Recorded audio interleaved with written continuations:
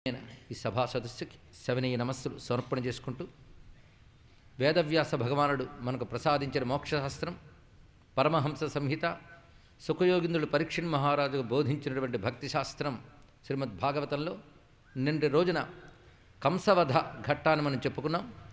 అటుపై స్వామి దేవకీ వసుదేవుని చెరసాల నుంచి విడిపించడం, వారితో చెప్పినటువంటి మాటల్లో జీవులకి మాతాపితృభక్తి ఎంత ముఖ్యమైనది అనేదాన్ని స్వామి తెలియజేశాడు. కృష్ణ పరమాత్మ యొక్క ఆదర్శపూర్వకమైన ధర్మ పద్ధతిని కూడా మనం గమనిస్తూ ఉన్నాం. మాతృదేవో భవ, పితృదేవో భవ ఇత్యాదులు. అదేవిధంగా తాను ఏ వంశంలో ఉద్భవించాడో వంశ మర్యాదలను కూడా పాటిస్తున్నాడు. నిజానికి భగవానుడికి ఒక దేహము కానీ వంశము కానీ ఇవి హద్దులు నిర్ణయించలేవు. కానీ తాను ఏ ఉపాధి స్వీకరిస్తాడో దాని మర్యాదల్ని తాను పాటిస్తాడు. ఆ కారణం చేతనే యయాతి వాక్కు ద్వారా యదువంశానికి పాలనార్హత లేదు గనక తాను కూడా పాలకుడు కాకుండా ఉగ్రసేన్నే పట్టాభిషిక్తుని చేశాడు. కృష్ణ పరమాత్మ యొక్క ఔదార్యం కానీ అదేవిధంగా రాజనీతిజ్ఞత కానీ ఇక్కడి నుంచి మనం పరిశీలిస్తే అవతార పరిసమాప్త వరకు కూడా భగవానుడు భూమిని ఏ విధంగా సంస్కరిస్తూ వస్తున్నాడో, దుష్టులైనటువంటి రాక్షసాంశాలతో ఉన్నటువంటి పాలకులని తప్పించి శిష్ట పరిపాలన ఏ విధంగా ఏర్పాటు చేస్తున్నాడు అనేది చూడాలి. కృష్ణ పరమాత్మ యొక్క రాజనీతిజ్ఞత, మనం అనుకునే రాజకీయాలు కావవి, రాజనీతిజ్ఞత. తద్వారా ఒక సుక్షేమ స్థితి దేశానికి కల్పించడం లేదా భూమికి కల్పించడం అనేది చేస్తున్నాడు భగవానుడు. అందులో ప్రథమంలో కంసుణ్ణి తొలగించడం, ఉగ్రసేని నియమించడం అనే దానిలో ప్రథమ భాగం. అటుపై పరమాత్మ ఆయన ఉనికి చేతనే మధుర ఎలా ఉన్నదో నిన్న మనం శాంతివచనంగా చెప్పుకున్నాం. కృష్ణ సంకర్షణ భుజైర్గుప్తా లబ్ధమనోరథా గృహేషు రేమిరే సిద్ధా కృష్ణరామగత జ్వరా. కృష్ణ సంకర్షణలు ఉభయుల చేత రక్షింపబడుతున్నటువంటి పౌరులందరూ ఎలా ఉన్నారంటే లబ్ధ మనోరథా, వాళ్ళ సర్వ కోరికలు సిద్ధిస్తూ ఉన్నాయి. వాళ్ళు సిద్ధుల వలె సంచరిస్తున్నారు. సిద్ధులు అంటే ఏ కొరత లేనటువంటి పరిపూర్ణులు. మధురానగర వాసులందరూ అంత తృప్తిగా ఉన్నారు కృష్ణుని యొక్క ఉనికి చేత. ఏవైనా మానసిక వేదనలు ఏవైనా ఉంటే కృష్ణరామగత జ్వరాహ, వారు ఉభయుల చేత సర్వవేదనలు తొలగిపోయి ఆనందంగా ఉన్నారు వారందరూ. ఇది కృష్ణుని ఉనికి చేతనే ఆ పరిసరములు ఏ విధంగా ధన్యములవుతాయనేది నందవ్రజంలో ఎలా చెప్పుకున్నామో మధురానగరంలో కూడా ఆ విధంగానే చెప్పుకుంటూ ఉన్నాం. అటుపై పరమాత్మ అన్ని సిద్ధపరిచి స్థిరపరిచి నందుని వద్దకు వెళ్ళి ఆయన్ని గాఢంగా ఆలింగనం చేసుకుని వారితో మాట్లాడుతున్నాడు. నువ్వు యశోదమ్మ నన్ను మా అన్నని ఎంత గొప్పగానో లాలించారు. పితుర్యువాభ్యాం స్నిగ్ధాభ్యాం పోషితౌ లాలితౌ భృశం పిత్రోరభ్యధికా ప్రీతిరాత్మజేష్వాత్మనోపి. మీరిద్దరూ లాలన చేసి తల్లిదండ్రుల కంటే ఎక్కువ తల్లిదండ్రులు అయిపోయారు మీరు. ఎందుకంటే శరీరం ఇచ్చిన తల్లిదండ్రుల కంటే పోషించిన తల్లిదండ్రులు ఇంకా ఎక్కువ కదా. ఆ కారణం చేత మీ ప్రేమ చాలా గొప్పది. నందుని మనసు ఏమాత్రం నొచ్చుకోకుండా పరమాత్మ మాట్లాడుతున్న మాటలు ఇవి. సపిత సాచ జనని యౌ పుష్ణీతాం స్వపుత్రవత్. నిజమైన తల్లిదండ్రులు ఎవరయ్యా అంటే పిల్లల్ని తమ పిల్లల వలె పోషించి రక్షిస్తారెవరో అటువంటి వారే నిజమైన తల్లిదండ్రులు కనుక నాకు నిజమైన తల్లిదండ్రులు మీరే అనే మాటను వారితో చెప్పాడు. అక్కడ దేవకీ వసుదేవుల దగ్గర మాతాపితృభక్తి ఎలా ప్రకటించాడో నందయశోదుల వద్ద కూడా అదే విధంగా ప్రకటిస్తున్నటువంటి స్వామి యొక్క ఉన్నతమైన మనస్తత్వాన్ని మనం పరిశీలిస్తే ధర్మము విషయంలో కృష్ణుడు అంత పదునుగా ఉంటాడో మనకు అర్థమవుతుంది. ఇక్కడ యాతయూయం వ్రజంతాత, ఇంకా మీరు వెళ్ళండి రేపల్లెకి. అంతేకాదు మేమందరం ఇన్నాళ్ళు వీళ్ళని దుఃఖం కలిగినటువంటి వసుదేవాదులకి సుఖం కలిగిస్తాం. పైగా మీకున్నటువంటి దుఃఖం గురించి నాకు తెలుసు, నేను తరచూ వస్తూ ఉంటాను, మిమ్మల్ని అనుగ్రహిస్తానన్నాడు. నిజంగా వెళ్ళింది ఏం లేదు కానీ అలాగని కృష్ణుడు అబద్ధమాట, అది కూడా గుర్తుపెట్టుకోవాలి. ఏవం సాంత్వయ్య భగవన్ నందం సవ్రజమచ్యుత. నందుని వ్రజానికి పంపించే విషయాడు. పైగా ఒక మాట అంటాడు, జ్ఞాతీన్వో ద్రష్టుమేష్యామహ, మేము నిన్ను చూడ్డానికి వస్తాము అని కూడా చెప్పి వారిని సాగనంపాడు. నందుడికి నోట మాట రాలేదు. మొదటి నుంచి తన తనయుడిగా లాలించి పెంచి పోషించినటువంటి నందుడు కృష్ణుణ్ణి విడిచిపెట్టాలనే మాటకి తట్టుకోలేక పూరయన్ అశ్రుభిర్నేత్రే సహగోపైర్వ్రజం యయౌ, కేవలం నీళ్లు నిండిన కళ్ళతో కృష్ణుడి నిండిన హృదయంతో ఆయన గోపకులతో సహా తిరిగి గోకులానికి చేరుకున్నాడు. ఇక కృష్ణ పరమాత్మ అథ సూరసుతో రాజన్ పుత్రయో సమకారయత్ పురోధస బ్రాహ్మణైశ్చ యథావద్ ద్విజ సంస్కృతిం. క్షత్రియోచితమైనటువంటి ద్విజ సంస్కారములు చేయాలని వసుదేవుడు అప్పటికప్పుడే సుముహూర్తంలో, అది కూడా వారి జన్మ నక్షత్రముల యందు తాను చేయవలసినటువంటి పద్ధతులు ఏర్పాటు చేశాడు. ముఖ్యంగా వారు పుట్టినప్పుడు ఏ గోదానములు చేస్తానని సంకల్పించుకున్నాడో దానిని అనుసరించి ఆ విధంగా దానములన్నీ పూర్తి చేసి మానసికంగా చేయగలిగినటువంటి, అప్పుడు మానసికంగా సంకల్పించుకున్నాడు అని పుట్టినప్పుడు వాటిని పూర్తి చేశాడు కనుక వారి యొక్క పుట్టిన నక్షత్రాల్లో వాటిని దానములను కూడా పూర్తి చేశాడు. ఆ తర్వాత సుముహూర్తంలో ఉపనయన సంస్కారం జరిగినది. గర్గాద్యదుకులాచార్యాద్ గాయత్రం వ్రతమాస్థితౌ. సాక్షాత్ మహానుభావుడైనటువంటి గర్గుడు, త్రికాలవేత్త అయిన గర్గుడు, యుగాల నాటి ఆచార్యుడైన గర్గ మహర్షి ఉపనయన వేళ గాయత్రి మంత్రాన్ని ఉపదేశించాడు. చక్కగా శ్రద్ధగా విన్నాడు గాయత్రి మంత్రవాచ్యుడైన కృష్ణ పరమాత్మ. దాన్ని స్వీకరించాడు ఆయన. పైగా సర్వజ్ఞులు జగదీశ్వరులు అయినప్పటికీ కూడా లోక విడంబనాన్ని అనుసరించి తమ జ్ఞానాన్ని తమలోనే గూహమానౌ నరేహితై, తమలోనే దాచిపెట్టుకుని అప్పుడే కొత్తగా గ్రహిస్తున్నట్టుగా విద్యను నేర్చుకుంటున్నారు. ఆ తర్వాత ఉపనయన సంస్కారం ఎందుకు చేస్తారో అది చేశాడు. అంటే గురుకులానికి వెళ్ళి విద్యాభ్యాసం చేసుకోవడానికై బయలుదేరాడు కృష్ణ పరమాత్మ. ఎక్కడికంటే అవంతిపురానికి చేరుకున్నారు. అథో గురుకులే వాసమిచ్చంతా ఉపజగ్మతు కాశ్యం సందీపనిం నామ హ్యవంతిపురవాసినం. ఇక్కడ కాశ్యం అన్నాడు కానీ కాశ్యాం అనలేదు. ఇక్కడ అయితే కాశీకి వెళ్ళి విద్య నేర్చుకున్నారు అని తెలుగు భాగవతంలో కూడా వైభవరాశి అయిన కాశీకించేరే అన్నారు. కానీ మూలంలో భాష్యాలు మనం పరిశీలిస్తే కాశీ పండితుడైనటువంటి సాందీపని అవంతిపురంలో ఉన్నాడు, అక్కడికి వెళ్ళి విద్య నేర్చుకున్నాడనే రాశారు. ఉజ్జయిని నగరానికి వెళ్ళి విద్య నేర్చుకున్నట్టే మనం గ్రహించవలసింది. ఎందుకంటే కాశ్యం అనే మాటకి భాష్యకారులు కాశీకి చెందినటువంటి అని అర్థం చెప్పారు. ఎందుకంటే విద్యలన్నీ కూడా కాశీని ఆధారం చేసుకుని ఉంటాయి. కాశీ పండితుడనే మాట ఇప్పటికీ మాటగా మిగిలింది కదా. అప్పటికది కాశీ ఈశాన సర్వ విద్యానాం అయిన పరమేశ్వరుడు యొక్క రాజధాని కనుక సర్వ విద్యలకి రాజధాని అది. అది కాశ్యం సందీపనిం నామ హ్యవంతిపురవాసినం. ఇక్కడ కాశ్యం అనే చోట కొంతమంది భాష్యకారులు కాశ్యప గోత్రోద్భవుడైన సాందీపుని వద్దకు అనే భాష్యాన్ని రచించారు. కొంతమంది అయితే కాశీవాసి లేదా కాశీలో విద్యను అభ్యసించినటువంటి సాందీపుని వద్దకు, రెండూ కూడా సమంజసంగా ఉన్నాయి. ఒక భాగవత తత్వవేత్త అయితే రమ్యమైన ఒక మాట అన్నాడు. ఏమనంటే ఆయన కాశీలో వసిస్తున్నటువంటి వాడికి అవంతిపురంలో తన స్వగృహము గురుకులు ఉన్నాయి. ఆయన కాశీలో ఈ విద్యా నిమిత్తం ఏదో పని మీద వెళ్ళారట. అక్కడ ధ్యానంలో కూర్చుండగా బలరామకృష్ణులు విద్యాభ్యాసానికి వస్తున్నారన్న విషయం తెలిసి ఆయన మళ్ళీ అవంతిపురానికి వచ్చి తన ఆశ్రమంలో వారికి విద్య నేర్పాడని వర్ణించారు. ఇది బాగుంది. మొత్తానికి ఏదైనప్పటికీ అవంతిపురవాసినం అనే మాట మనం తీసుకుని ఉజ్జయిని నగరంలో నివసించే గురువు వద్దకు వెళ్ళి యథోపసాధ్యతవు దాంతవు గురవు వృత్తిమనిందతాం. గురువు వద్దకు వెళ్ళి గురువు దగ్గర ఎలా ప్రవర్తించారంటే భక్త్యా దేవమివాదృతవు. ఇది జాగ్రత్తగా తెలుసుకోవాల్సిన విషయం. కృష్ణ పరమాత్మ తాను జగద్గురువై కూడా, గురువులకు గురువై కూడా ఎక్కడ అవినయాన్ని ప్రకటించకుండా గురువునెప్పుడు దేవత వలనే చూడాలి గనక యస్య దేవే పరాభక్తి యథాదేవే తథా గురవ్ అని ఉపనిషద్వాక్యానుసరంగా భక్త్యా దేవమివాదృతవు అన్నారు ఇక్కడ. అంటే గురువుని దేవుని వలనే సేవించారు ఉభయులు కూడా. త్వయో ద్విజవరస్తుష్ట శుద్ధభావానువృత్తిభి. వారి యొక్క శుద్ధభావానికి సంతోషించి విద్యలు నేర్పారు. ఆ విద్యల్లో వేదాంగాలు, ఉపనిషత్తులు, వీటన్నిటితో ప్రోవాచ వేదానఖిలాన్ సాంగోపనిషదో గురువు. అంటే వేదములు, వేదాంగములు, ఉపనిషత్తులు వాటితో పాటు నేర్చుకున్న విద్యలు చూడండి. ఇక్కడ భారతీయ విద్యల గురించి ముఖ్యంగా ఇక్కడ యువత తెలుసుకోవాల్సినటువంటి అవసరం చాలా ఉన్నది. మనం ఏమనుకుంటామంటే భారతీయులకి ఏదో మతానికి సంబంధించిన కొన్ని గ్రంథాలు చాలా ఉన్నాయి అంతే, మనకు విజ్ఞానం అంతా పడమటి నుంచి వచ్చింది అని ఒకానొక భ్రాంతిలో శతాబ్దాల నుంచి కొట్టుకుపోతూ ఉన్నాం. స్వతంత్రం వచ్చేకైనా భారతీయత, భారతీయ సంస్కృతి, భారతీయ స్వతంత్రత వస్తుందేమని ఆశించాం. కానీ ఇప్పటికీ భారతదేశానికి అసలైన స్వతంత్రం రాలేదు అని సభాముఖంగా చెప్పడంలో నాకే అభ్యంతరం లేదు. ఎందుకంటే మన సంస్కృతిపై మన గౌరవం లేదు, మనదైన విద్యల్ని మనం అధ్యయనం చేసుకోలేకపోతున్నాం, మన పూర్వ చరిత్రని కానీ అదేవిధంగా దీని యొక్క సనాతనమైనటువంటి ధర్మాన్ని కానీ తిరిగి మనం మనది అనుకోలేకపోతున్నాం. ఇంకేం స్వతంత్రం అండి ఇక్కడ? వాళ్ళు పోయి వీళ్ళు వచ్చారు కానీ పాలిస్తున్నది మాత్రం వాళ్ళే.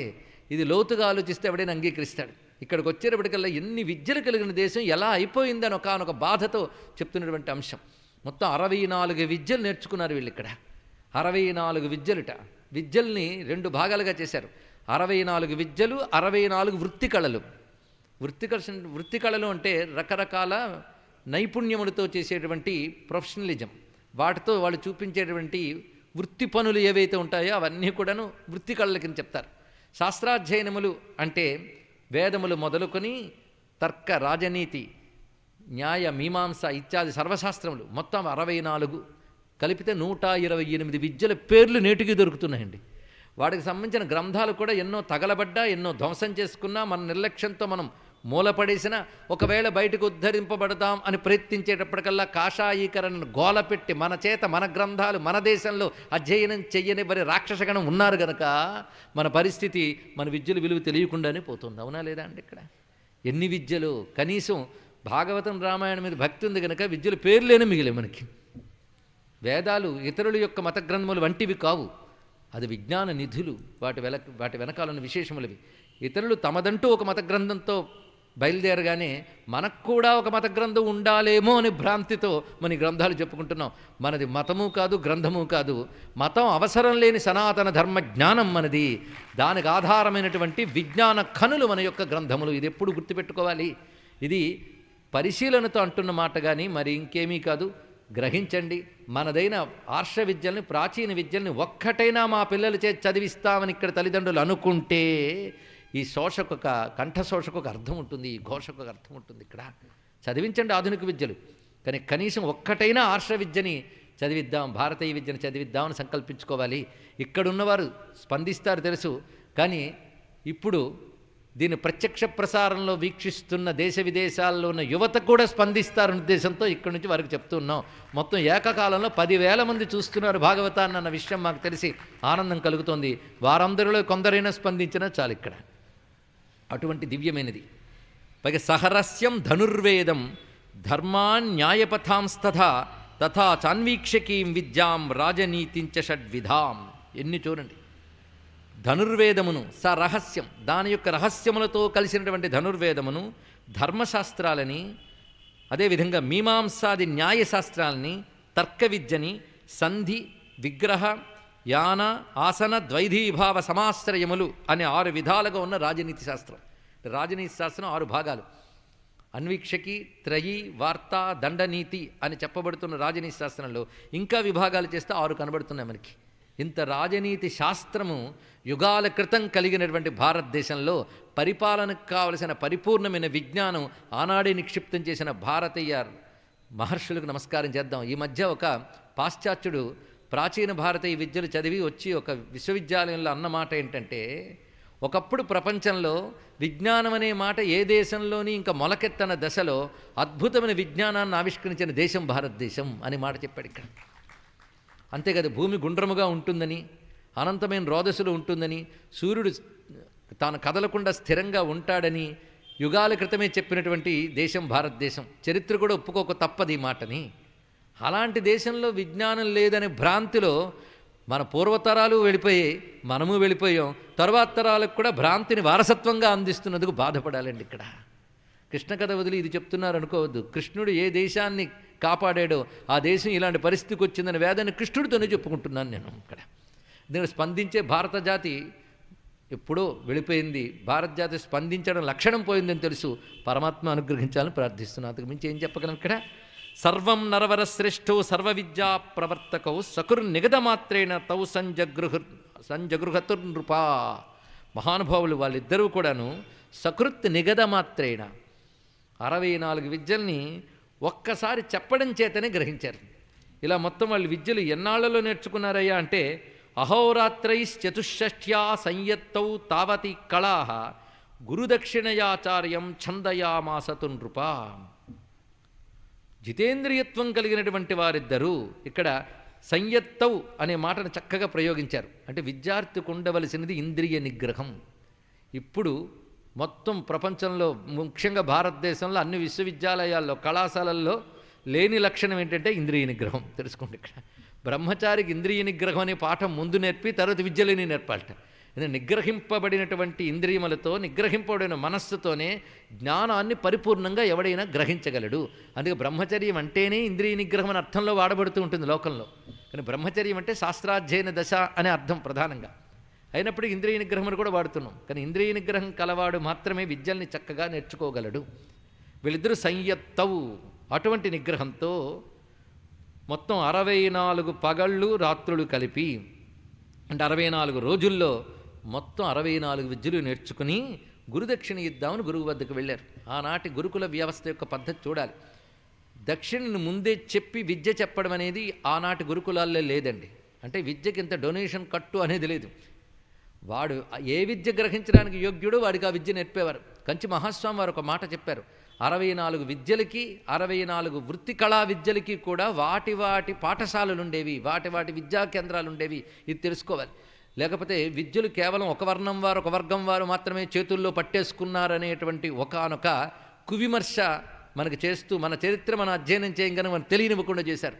కానీ ఇంచుమించు 19వ శతాబ్దం మధ్య భాగం వరకు కూడా భారతదేశంలో నిరక్షరాస్యులు అనేవాళ్ళు లేడు, అందరూ విద్యావంతులే అనే మాటని ఆనాడు ఉన్నటువంటి మార్క్ ట్వైన్ లాంటి మొదలైన వాళ్ళు చెప్పారంటే మీరు అర్థం చేసుకోండి. ఇక్కడ ప్రతి వారికి కూడా రకరకాల విద్యలు, ఇప్పుడు మాత్రం ప్రొఫెషనల్ కోర్సెస్ ఉన్నాయి, రకరకాల విద్యలు ఉన్నాయి. అదేవిధంగా ఆనాడు అధ్యయనం చేసే శాస్త్ర విద్యలతో పాటు ప్రావీణ్యాన్ని సాధించేటువంటి వృత్తి విద్యలకు కూడా వాటి యొక్క పాఠశాల విద్యా కేంద్రములు ఉండేవి. ప్రతివారు వారి విద్యల్లోకి వెళ్ళడానికి వారి సంస్కారములు వారు పొందేవారు.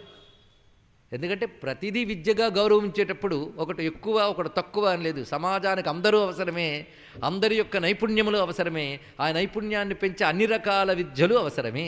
ఆ విద్యలన్నీ కూడా ఉంటాయి. అలాగే మహానుభావులు ఇక్కడ వీళ్ళు 64 విద్యలు నేర్చుకుని గురువు దగ్గరికి వెళ్ళారు. ఇప్పుడు గురుదక్షిణ గురించి అంటే గురువు దక్షిణ ఇది అని చెప్పడు, శిష్యుడు చెయ్యాలి అంతే. అంతేగాని గురుగారు మీరు అడగకూడదండి అనకూడదు శిష్యుడు, గురుగారు అడగకూడదు. ఇప్పుడు మన ధర్మాలు ఎలా ఉన్నాయంటే అన్ని ధర్మాలు అందరికీ తెలుసు అంతే. ప్రతి వాళ్ళ ఇంట్లో ధర్మశాస్త్రాల పుస్తకాలు కూడా ఉన్నాయి. ఏమీ లేకపోతే సాఫ్ట్ కాపీల్లో కూడా భద్రపరుచుకుంటారు. ఏంటి ధర్మశాస్త్రాలు. కనుక ఈ రోజుల్లో దొరుకుతున్నంత లిటరేచర్ పూర్వం కూడా దొరుకుతుందో లేదో తెలియదు. ఇప్పుడు అంత చక్కగా ధర్మశాస్త్రాలు అన్నీ దొరుకుతున్నాయి, కానీ ధర్మం మాత్రం దొరకదు. అది ఇక్కడ ఎక్కడుందయ్యా అంటే పుస్తకంలో చూసి చెప్తానంటారు, కానీ ధర్మాలు ఎక్కడున్నాయి? పుస్తకాల్లో ఉన్నాయి. అది ఇక్కడ జీవితాల్లో లేవు. వచ్చింది బాధ. పైన తెలియవా? అందరికీ తెలుసు.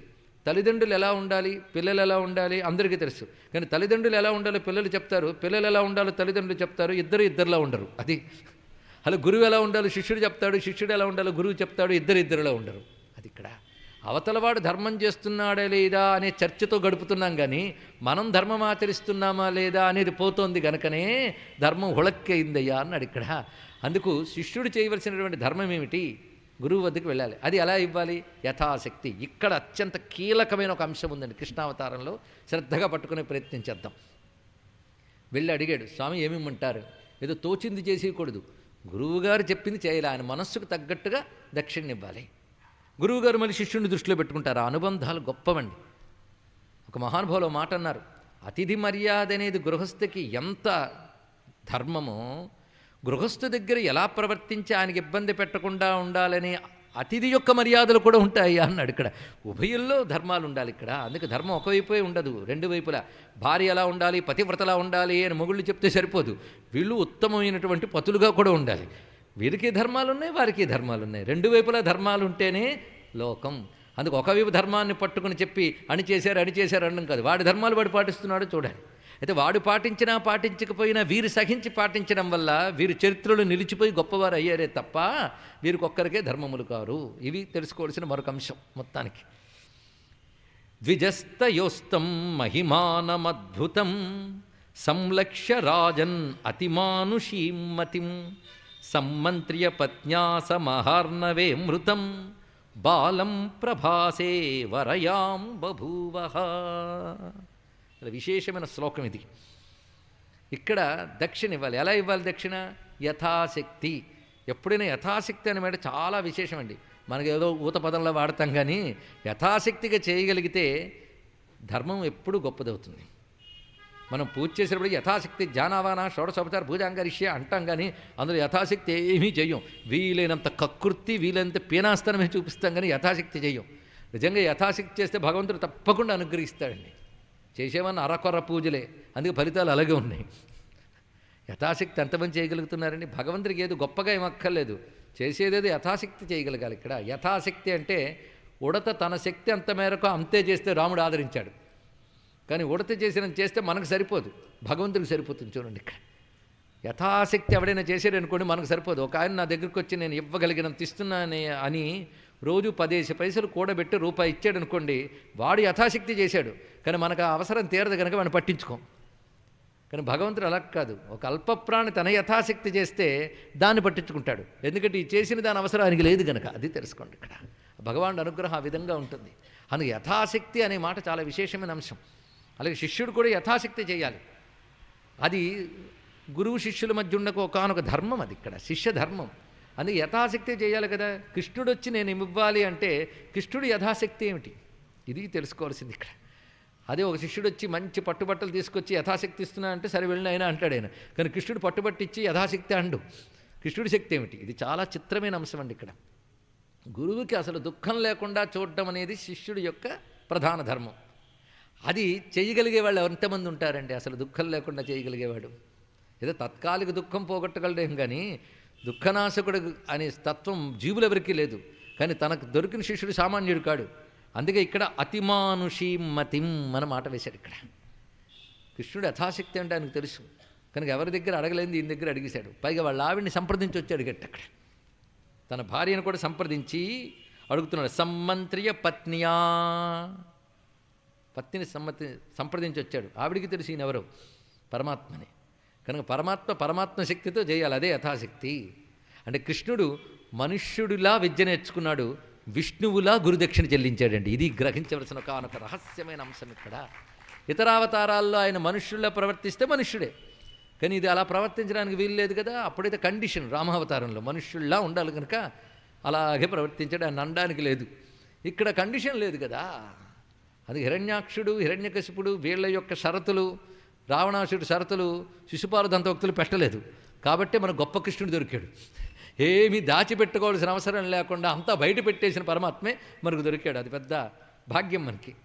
అందుకు కృష్ణావతారం అంటే ఈ వాక్యం గుర్తుపెట్టుకోవాలి. మానవ ధర్మ మాధవ మహిమ సమన్వయావతారము. కృష్ణావతారం అంటే ఇది. ఇక్కడ మానవ ధర్మం మాధవ మహిమ రెండింటిని సమన్వయిస్తాడు. అది ఈ అవతారంలో గొప్పతనం. ఇది ఎలా అవుతుంది అంటే ఇప్పుడు నిజానికి యథాశక్తి గురుదక్షిణ చెల్లించడం ధర్మం. ఈ ధర్మం ఇతరులు చేయడం వేరు, స్వామి చేయడం వేరు. మానవ ధర్మం ప్రకారంగా యథాశక్తి ఇవ్వాలి. కానీ ఆయన దుఃఖం పోగొట్టేటంత దక్షిణ ఇవ్వడం మానవుడికి శక్తికి చాలదు, మాధవ శక్తికి మాత్రమే సరిపోతుంది. అందుకు మానవ ధర్మాన్ని పాటించడానికి తనదైన మాధవ శక్తిని వినియోగించాడు ఇక్కడ.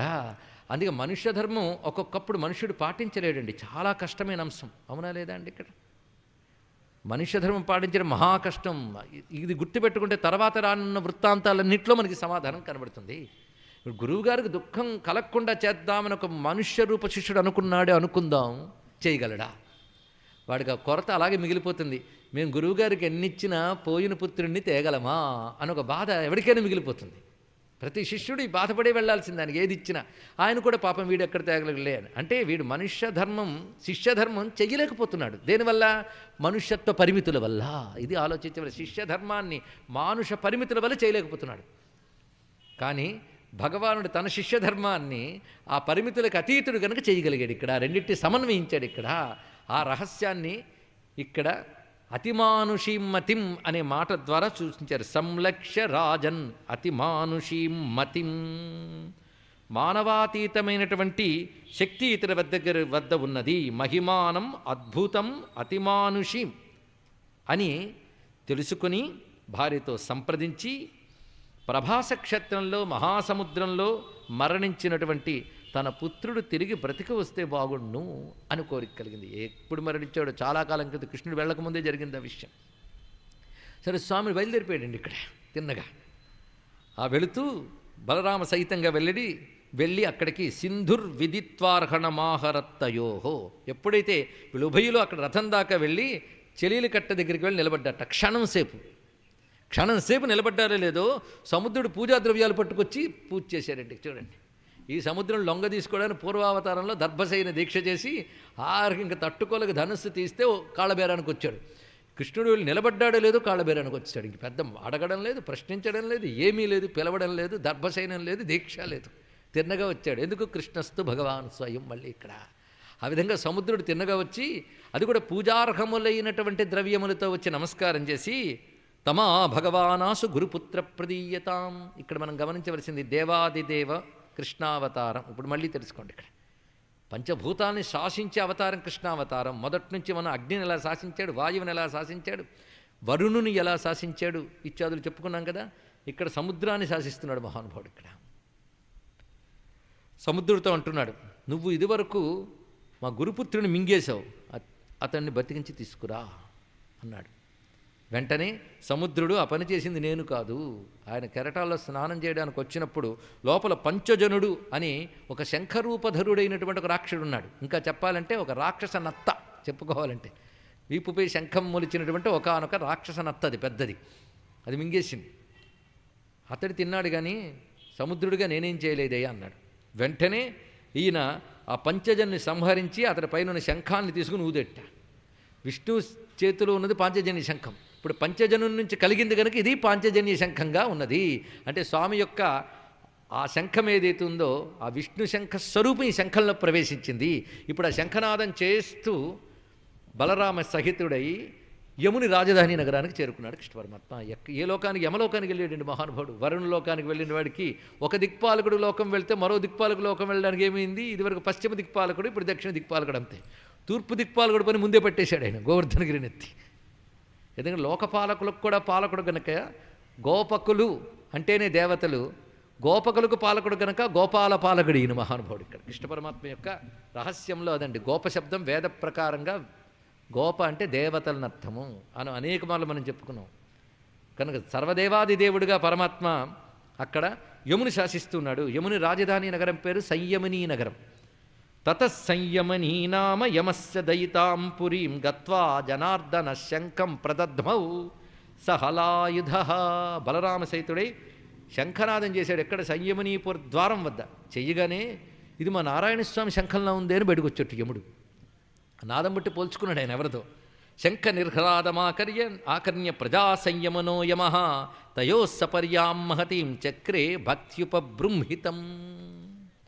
భక్తితో ముందుగా కృష్ణ పరమాత్మ పాదపద్మాల పడి నమస్కారం చేసి అతి వినయంగా అంటున్నాడు, కృష్ణం సర్వభూతాశయాలయం లీలామనుష్య హే విష్ణు యువయో కరవామకిం.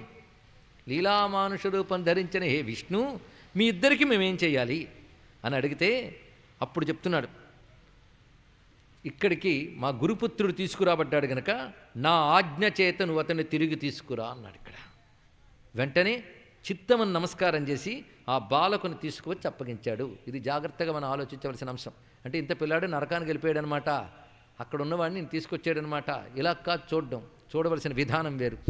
యముడు కాలుడు అనగానే మనం ఒకానొక రూపము భీకర రూపం అని చూడడం కాదు. అయితే వాళ్ళు రూపం స్వీకరించవచ్చు, అది వేరే విషయం. ఇది విశ్వాన్ని నియమించే విష్ణు శక్తుల విశేషాలు ఇవన్నీ. అందుకే నియమో యమః చదువుకున్నారు కదా. యముడు ఎవరు? విష్ణు విభూతే, అంటే కాలస్వరూపము. అందుకే యముడికి మరొక పేరు కాలుడు.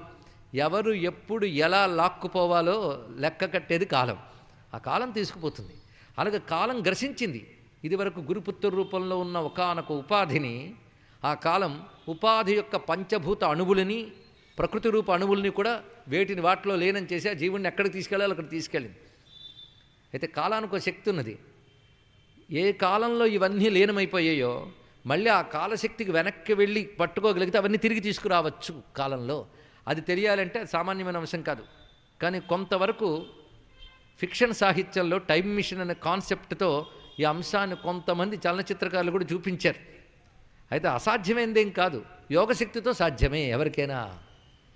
అలాంటి యముణ్ణి శాసించాడు అంటే కాలాన్ని కూడా శాసించేవాడెవడో వాడు ఉండాలి అక్కడ. కాలంలో ఎవడు ఎప్పుడు ఎక్కడ లీనమవ్వాలి, ఎప్పుడు ఎక్కడ ప్రకటింపబడాలి అనేది కాలం నిర్ణయిస్తూ ఉంటుంది ఇక్కడ.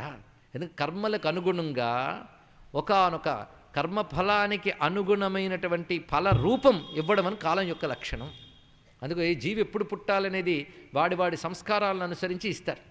అదేవిధంగా ఏ జీవి ఎప్పుడు పోవాలనేది దాని ప్రకారం జరుగుతుంది. అనేక అణువులు సమాహారంతో ఒక రూపం కల్పనమైనట్టే ఆ రూపం మళ్ళీ ఆయా అణువుల్లో లీనమైపోయి ఉపాధి లీనమై ఆ జీవుడు సూక్ష్మదేహంతో ఎక్కడికి వెళ్ళాలి అక్కడికి వెళ్తాడు. ఎక్కడికి వెళ్ళాడని కూడా కాలానికి తెలుస్తుంది. కాలానికి లొంగని దేశం లేదు కదా ఏ లోకమైనా. అందుకు ఆ కాలతత్వాన్ని శాసించేవాడు కూడా ఉండాలి. అంటే ఏది ఎప్పుడు జరగాలి నియమం పరమేశ్వరుడు పెట్టినది. ఆ పరమేశ్వరుడు తాను సంకల్పించుకుంటే మళ్ళీ ఆ కాలాన్నే శాసించి ఏ కాలభాగంలో ఆ జీవుడు లీనమయ్యాడో మళ్ళీ ఆ కాలభాగంలోంచి లీనమైన అణువులన్నీ తీసుకొచ్చి రూపకల్పన చేయవచ్చు. ఇది ఆలోచించవలసిన అంశం ఇక్కడ. అది ఎవరు చేయగలరు? కాలంలో ఒక నియమం పెట్టి ఎవడున్నాడో వాడే అవసరమైతే నియమం సడలిస్తాడు. ఆయన ఇష్టం. ఏంటయ్యా అలా చేసావు అని అడిగే ప్రశ్న హక్కు ఎవడికి లేదండి ఇక్కడ. ఎందుకంటే సర్వశాసకుడు. అని కాలాన్ని కూడా శాసించేటువంటి కాలుడు ఆయనే అసలు కాలం. కాలోస్మి లోకక్షయకృత్ ప్రవృద్ధ అన్నాడు కదా. అందుకు ఆయన శాసించడంతో యమ అంటేనే శాసన శక్తి. యమించువాడు యముడు. కాలమే సృష్టిలో అందరినీ నిగ్రహిస్తుంది. ఎవరు ఎంత విర్రవేగినా కాలం దగ్గర తల వంచవలసిందే. అందుకే వాడికి సరి అయిన పేరు యమః. అందుకే యముడు కృష్ణుని యొక్క ఆజ్ఞని స్వీకరించి తిరిగి ఆ పిల్లవాడిని తీసుకొచ్చాడు. పైగా ఎలా ఉండేవాడో అదే విధంగా తీసుకొచ్చి అందించాడు. సమ్యక్ సంపాదితో వత్స తిన్నగా తీసుకెళ్ళి గురువుగారికి అప్పగించారండి. సృష్టిలో ఏ శిష్యుడు కూడా ఏ గురువుకి ఇవ్వలేని గురుదక్షిణ ఇచ్చిన కృష్ణ పరమాత్మకి నమస్కారం. ఇక్కడ అది అంటే కృష్ణ పరమాత్మ ఏ ధర్మం తప్పాడో చెప్పండి. ఇక్కడ ప్రతిదీ ధర్మం తూచా తప్పకుండా పాటించాడు. ఎక్కడైతే మనుష్య ధర్మం సరిపోదో మాధవ ధర్మం సమన్వయించి వరకు పాటించాడు ఇక్కడ. అది కృష్ణావతారంలో ఈ విధమైన పరిశీలన చాలా అద్భుతమైన ఒకానొక అంశం ఇది. ఇక్కడ గచ్చతం స్వగృహం వీరౌ కీర్తిర్వామస్తు పావని ఈ విధంగా చేసి గురువుల దగ్గర సెలవు తీసుకుని బయలుదేరారు. గురువు చక్కగా ఆశీర్వదించాడు. మీరు జనుల్ని పవిత్రం చేసే కీర్తి పొందుదురుగాక. ఇది గురువుగారు ఇచ్చినటువంటి ఆశీర్వచనం. అలాగే మీరు నేర్చిన విద్యలు ఇహపరలోకాలలో సఫలమగుగాక. అదండి విద్యలు సాఫల్యం పొందాలి. నేర్చుకున్న విద్య ఒకటి బ్రతికే తీరు ఒకటి అంటే విద్యలు నిష్ఫలమైనట్టే. ఆ నిష్ఫల విద్యలు గడవడానికి జీవితంలో చైతన్యవంతమైన జీవితం సగభాగం అయిపోతుంది. ఏం చేస్తాం ఇక్కడ? కానీ జీవితం సారవంతమయ్యే విద్యలు అది ఇహపరానికి పనికొచ్చే విధంగా మీ విద్యలు సఫలమగ్గాక. ఛందాంశయాత యామాని భవంత్విహ పరత్రచ అని చక్కని దీవెన ఇచ్చారు ఇక్కడ. ఆ దీవెన పొంది గురువు యొక్క అనుమతి తీసుకుని వారు మధురానగరానికి రాగానే మధురవాసులందరూ పరవశించిపోయారు. ఎలాగంటే పోయిన సంపద తిరిగి దొరికితే ఎంత ఆనందం కలుగుతుందో అంత ఆనందం కలిగింది. ఎందుకంటే విద్యాభ్యాసానికి వెళ్ళిన వాళ్ళు ఇంతకాలం రాలేదు. ఇంత చేసి 64 రోజులు. ఏదో ప్రయాణపు రోజులు 2 తీసేస్తే ఎంతండి? ఒక్కొక్క విద్యను ఇందులో నేర్చుకోవడానికి ఇందులో ఒక్కొక్క విద్య నేర్చుకొని 12 ఏళ్ళు పడుతుంది. ఈ మహానుభావులకు 64 రోజులు అయిపోయింది. అబ్బా జగద్గురువులకు 64 రోజులు మాత్రం ఎందుకయ్యా అని. అయితే జగద్గురువులకు 64 రోజులు మాత్రం ఎందుకు అన్నప్పుడు విద్యలు నేర్చుకోవడం ఎందుకు అంటే వారు ఏ ఉపాధిలో ఉన్నారో ఉపాధిగతంగా ఒక ఆదర్శరూపమైన ధర్మాన్ని చెప్తారు. ఎంత జ్ఞాని అయినా గురువు ద్వారా నేర్చుకున్న విద్యకే అసలైనటువంటి ప్రాధాన్యం ఉంటుంది, సాఫల్యం ఉంటుంది. అది గురువుని ఆశ్రయించి మాత్రమే విద్యలు పొందాలి. మానవుడైన వాడు ముగ్గురిని ఎప్పుడు కూడా గురుస్థానంలో గౌరవించాలి. గురువు అంటే గౌరవనీయమైన పెద్ద స్థానం ముగ్గురికి ఇవ్వాలి ఎప్పుడు కూడా. తల్లి, తండ్రి, ఆచార్యుడు వీరు ముగ్గురి పట్ల. అందుకే మాతృదేవో భవ పితృదేవో భవ ఇద్దరు తల్లిదండ్రులపై చూపించాడు. ఆచార్య దేవో భవ అనే ధర్మాన్ని సాందీపని వద్ద చూపించినటువంటి పరమాత్మకు మనం నమస్కారం చేసుకుందాం. ధర్మమూర్తిగా కనబడుతున్న భగవాను యొక్క ఎందుకంటే మోక్షప్రదాన లీలల్లో పడిపోయి మనం ధర్మం విషయం మర్చిపోయాం. అలాగని అధర్మం పట్టుకున్నామని కాదు. ధర్మాధర్మాలు రెండిటికి అతీతమైనటువంటి ఒకనొక మోక్ష భూమికలో ఆనంద భూమికలో తేలియాడి ఇప్పుడు ధర్మాధర్మ మీమాంసకి సంబంధించినటువంటి లీలల్లో ప్రవేశిస్తున్నాం. అందుకే వీటికి ఐశ్వర్య లీలని పేరు. ఐశ్వర్యము అంటే ఈశ్వరస్య భావం ఐశ్వర్యం. ఈశ్వరత్వం అంటే జగత్తుపై అధికారం కలవాడు అని అర్థం. ఇక్కడ శాసనమే ఈశ్వరత్వం. జగత్తుని శాసించేవాడు ధర్మాధర్మ రూపముగా శాసిస్తాడు. అంటే ఇది చెయ్యకండి ఇది చెయ్యండి అనేది శాసనం. చెయ్యకూడని చేస్తే శిక్షిస్తాడు, అది శాసనంలో భాగం. కానీ ఈశ్వర భావం ఎప్పుడూ కూడా ధర్మ ప్రతిష్టాపన అధర్మ శిక్షణ, అది ఈశ్వర భావం. అది చేసిన లీల పేరు ఐశ్వర్య లీల. అసలు దీన్ని మరుగుపరిచి మోక్షమనే ఆనందానుభవాన్ని తన ఉనికిచే లీలలతో అందిస్తే అది మాధుర్య లీల అని చెప్పబడుతున్నది ఇక్కడ. అను మాధుర్య లీలకు 2 చోట్లు, ఐశ్వర్య లీలకు 2 చోట్లు ఎంచుకున్నాడు ఆయన. మాధుర్య లీల గోకులే మధురాయాంచ. మొదటి నందగోకులంలో ముందు గోకులే బృందావనే, దాని తర్వాత మధురాయాం మధురం. కానీ గోకులాన్ని 2 భాగాలు చేసుకోవాలి. నందగోకులం, బృందావనం 2 కలిపి గోకులం. మధురాయాంచ మధురకు వచ్చాం. మధుర తర్వాత ద్వారక. కానీ ఐశ్వర్య లీలకి మధుర, ద్వారక భూమికలయ్యాయి. మాధుర్య లీలకి నందవ్రజము, బృందావనము భూమికలయ్యాయి. ఈ విధంగా మనం మాధుర్య లీలల్లోంచి ఐశ్వర్యలీలలోకి వచ్చిన ఐశ్వర్య లీలలతో మాధుర్యాన్ని కూడా ఆస్వాదిస్తూ ఉన్నాం మనం ఇక్కడ. అది మనం మొదట కృష్ణలీలలు చెప్పుకున్నప్పుడు వ్యాఖ్యానించుకున్నాం. మాధుర్య లీలలో ఐశ్వర్యలీల అంతర్భాగమై ఉంటుంది, ఐశ్వర్య లీలలో మాధుర్య లీల అంతర్భాగమై ఉంటుంది ఇక్కడ.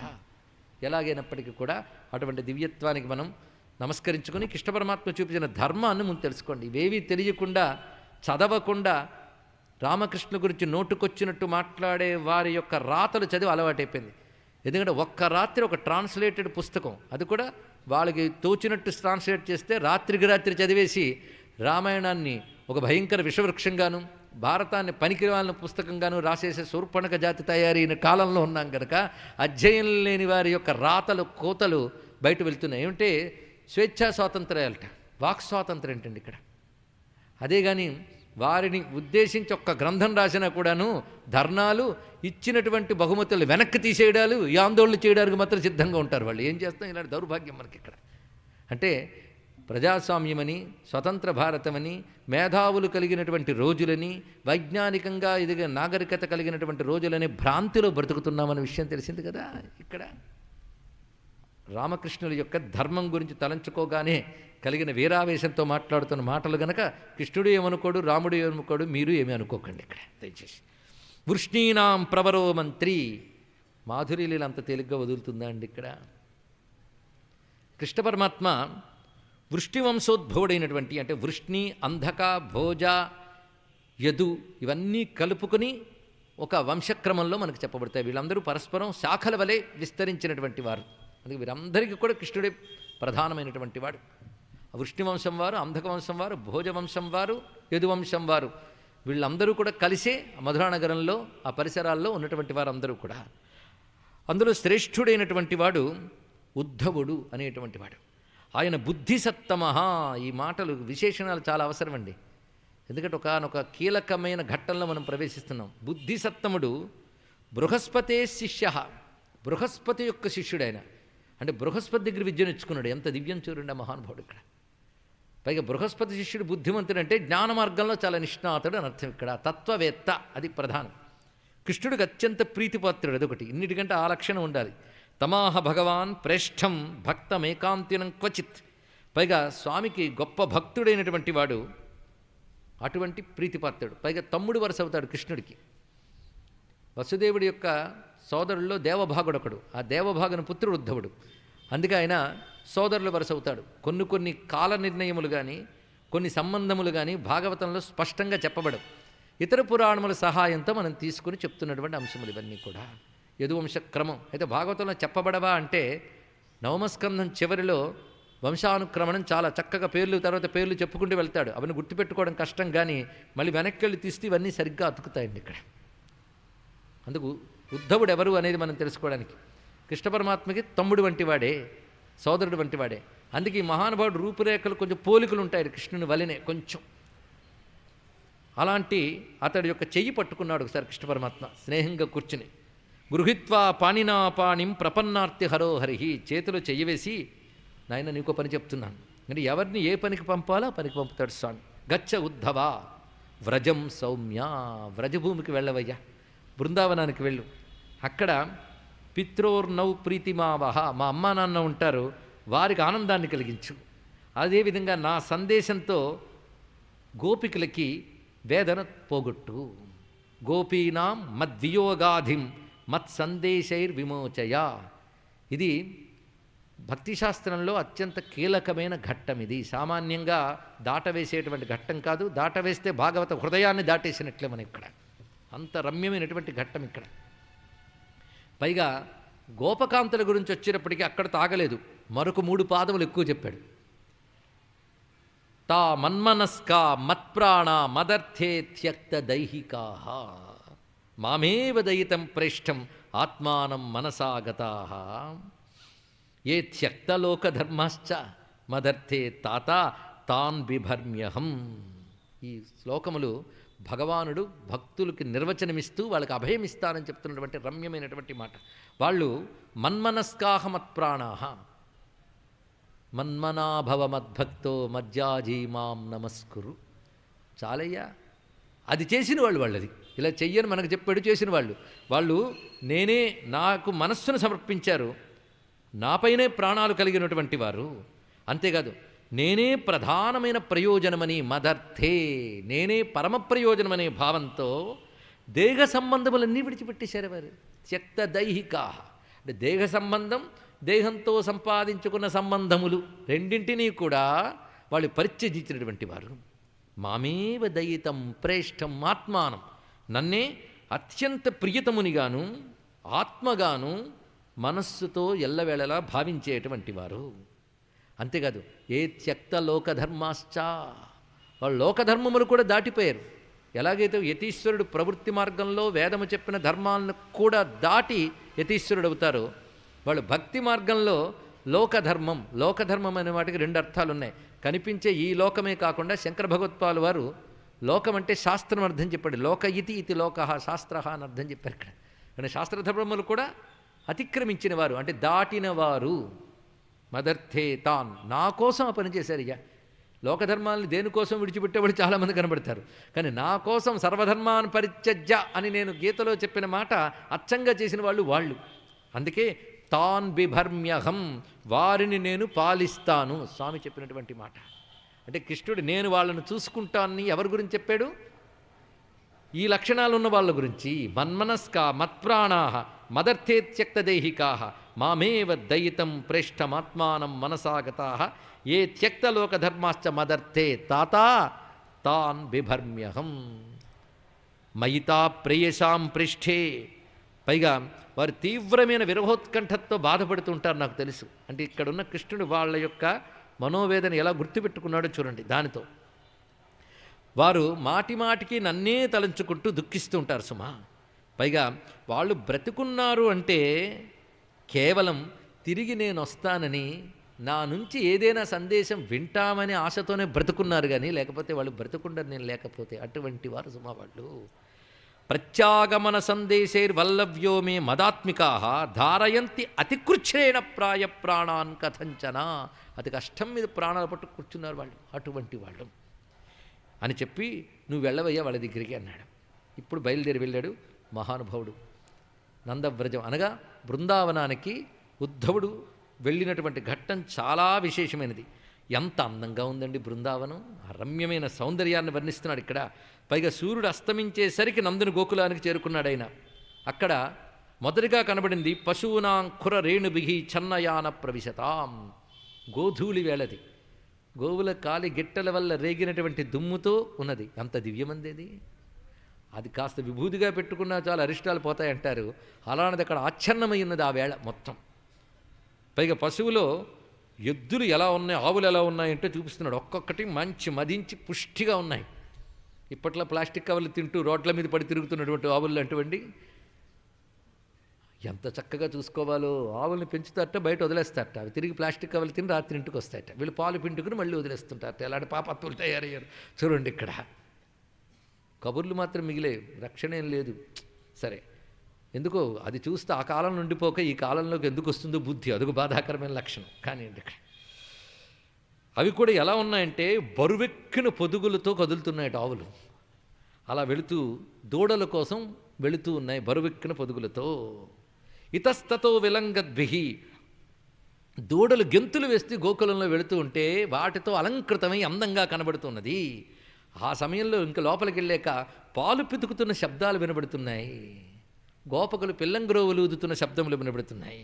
గోపికలు చక్కగా అలంకారం చేసుకుని కృష్ణలీలలు గానం చేస్తున్నారు సాయంకాల వేళ. గాయంతి భిచ్చ కర్మాణి శుభాని బలకృష్ణయోహో. ఇవన్నీ చూస్తుంటే పైగా ప్రతి ఇంట్లో కూడాను అతిథి పూజ, అగ్ని ఆరాధన, గోవుల ఆరాధన, వేదవేత్తల ఆరాధన, పితృదేవతల ఆరాధనలు జరుగుతున్న ఇళ్ళన్నీ కూడా అగ్ని అర్క అతిథి గో విప్ర పితృదేవార్చనాన్వితై. భారతీయ గృహము అంటే ఇవన్నీ జరిగితేనే భారతీయ గృహం. తెలుసుకోండి. అగ్నిహోత్రాలు హుళక్కైపోయాయి కదండి, 2 పూట్ల దీపం పెట్టండి చాలు, అగ్నిహోత్రాలు చేసినట్లే. ఇప్పుడు వాటికే పెద్ద కష్టమైపోతున్న రోజుల్లో ఉన్నాం. పెద్ద పెద్ద అనుష్ఠానాలు అక్కర్లేదండి.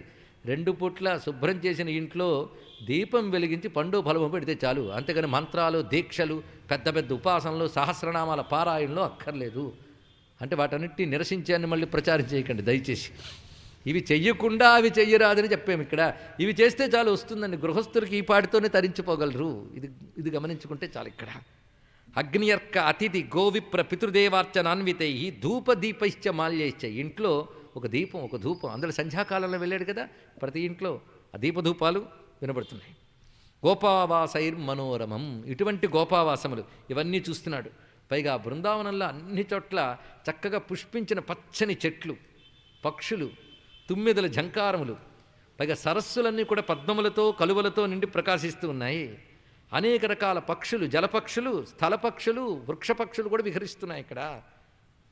తమాగతం సమాగమ్య. ఎటువంటి బృందావనాన్ని చూసుకుంటూ వెళ్ళినటువంటి ఉద్ధవుణ్ణి చూసిన వెంటనే నందుడు చక్కగా ఎదుర్కోలు పలికి ఇంట్లోకి తీసుకువెళ్ళాడు. చక్కటి భోజనం పెట్టాడు. కూర్చున్న తర్వాత సేద తీరిన తర్వాత మాట్లాడుతున్నాడు. నాయనా బాగున్నావా? ఎందుకంటే ఇదివరకు వెళ్ళొచ్చాడు కదా మధురకు, అందుకే ఉద్ధవుడు అందరూ పరిచయం ఆయనకి. కచ్చిదంగ మహాభాగా సఖానశూరనందన ఆస్తే కుశల్యపత్యాద్యైర్యుక్తో ముక్త సుహృద్వృత. నందుడు గుండె నిండా బరువుతో మాట్లాడుతున్న ఒక్కొక్క మాట. మహాభాగా, నువ్వు గొప్ప భాగ్యవంతుడివయ్యా. ఇంతకీ సూర్యుని పుత్రుడు వసుదేవుడు మా మిత్రుడు కదా, ఆయన బాగున్నాడా?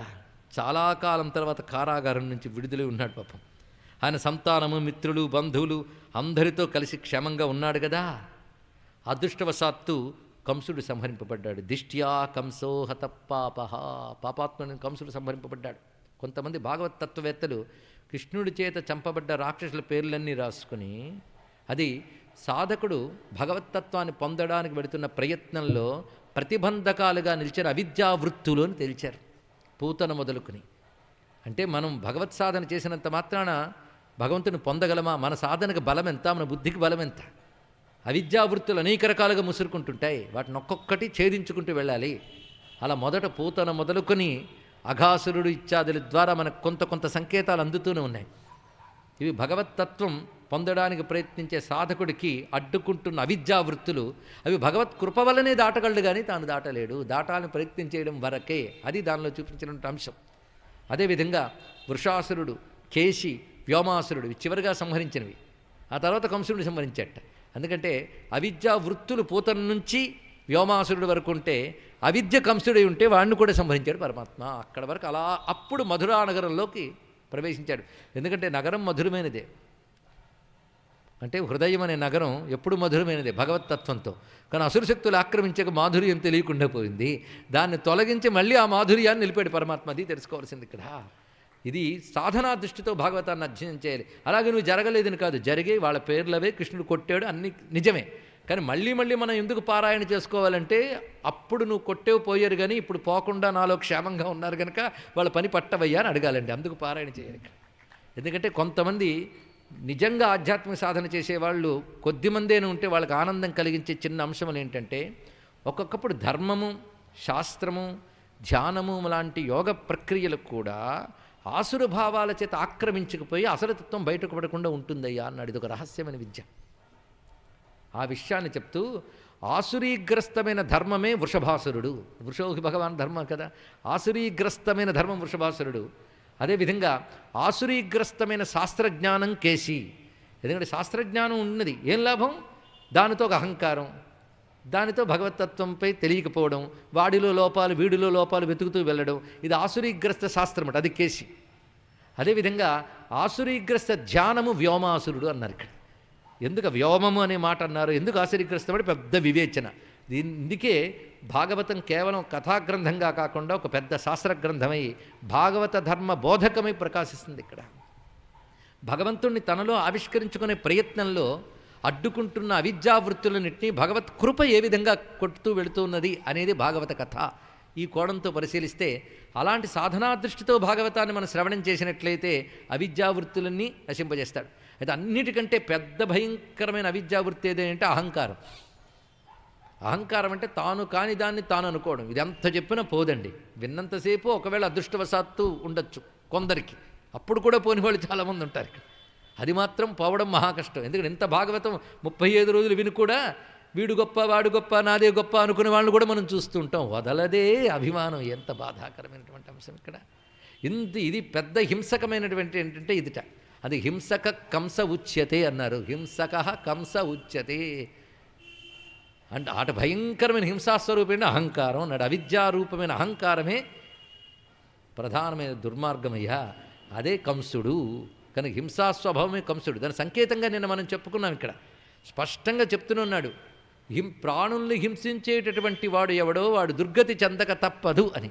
అందుకే శాస్త్రమే చెప్తోంది ఈ మాట, హింసక కంస ఉచ్యతే అనేటువంటి మాట ఇక్కడ. కనుక తెలుస్తున్నది కదా ఇక్కడికి ప్రతిదీ. అందుకే మొత్తానికి పాపాత్ముడైనటువంటి కంసుడు సంహరింపబడ్డాడు. సజ్జనులు ధర్మశీలురు రక్షింపబడుతూ ఉన్నారు అని ఇప్పటి వరకు చెప్పి, ఎంత మర్యాద. నందుడు పెద్దరికానికి తగ్గట్టుగా మా మిత్రుడు వసుదేవుడు బాగున్నాడు కదా, వాళ్ళందరూ బాగున్నారు కదా. పాపం చెరసాల్లో మొదట బంధింపబడ్డాడు, తర్వాత విడవబడ్డాడు, మళ్ళీ బంధింపబడ్డాడు, ఇప్పుడు ఏకంగా హాయిగా క్షేమంగా ఉన్నాడు. ఎన్ని బాధలు పడ్డారయ్యా కంసుడి వల్ల. ఇప్పుడు అందరూ బాగున్నారు కదా. మొత్తానికి అదృష్టవశాత్తు దిష్ట్యా కంసో హత పాపహ. ఆ దుర్మార్గునికి అనుచరులైన దుర్మార్గుళ్ళు వీళ్ళందరూ పోయారు అని అప్పుడు గుండెలో వేదన అసలు బయట పెడుతున్నాడు. లోక మర్యాదలు తెలిసిన వాళ్ళు ముందే బయటపడరు.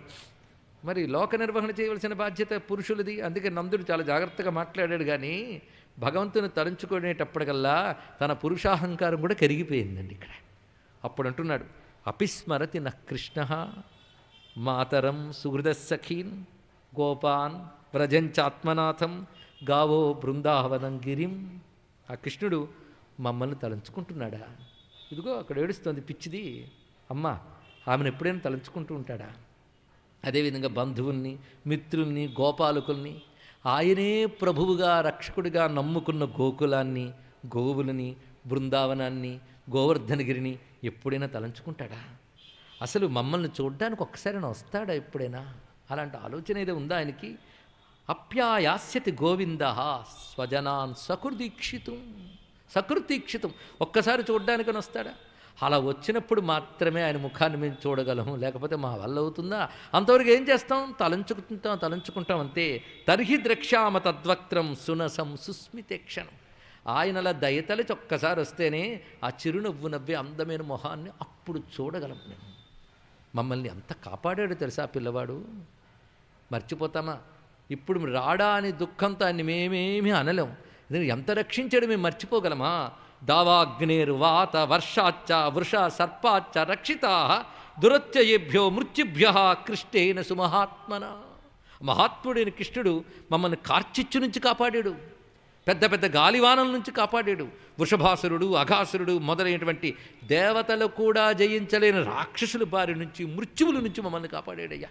మేమేమనుకున్నామంటే ఆయన ఏదో కాపాడబడ్డాడు అనుకున్నాం, కానీ ఆ మృత్యువుల నుంచి మమ్మల్ని కాపాడాడు మహానుభావుడు. అసలు ఒక్కటి మేము పనులు చేసుకోలేకపోతున్నాం తెలుసా, ప్రతి పని పాడైపోతుంది.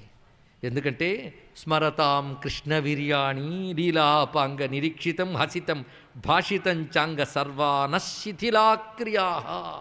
మా పనులు పాడైపోతున్నాయి. నువ్వు ఏ పని చేద్దామన్నా ఆయన గుర్తొస్తున్నాడు. ఆయన లీలలు, ఆయన నవ్వు, ఆయన మాట, ఆయన వేణుగానం ఇవన్నీ గుర్తుకొచ్చి మా పనులు చెడిపోతున్నాయి.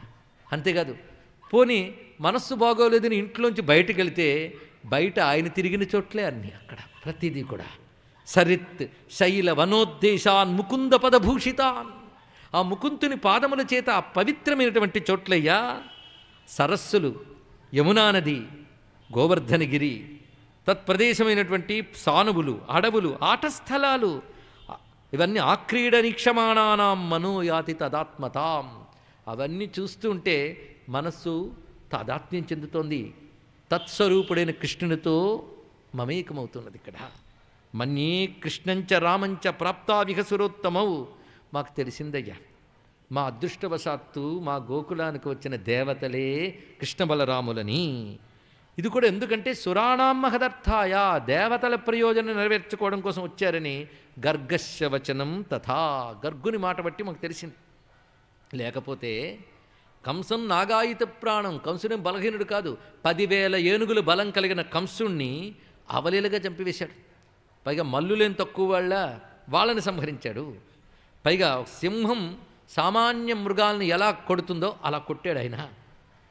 అంతేకాదు ధనుస్సును విరిచాడు. ఈ ధనుస్సు సామాన్యమైనటువంటి పిచ్చి ధనుస్సు కాదు, అది తాళత్రయం మహాసారం.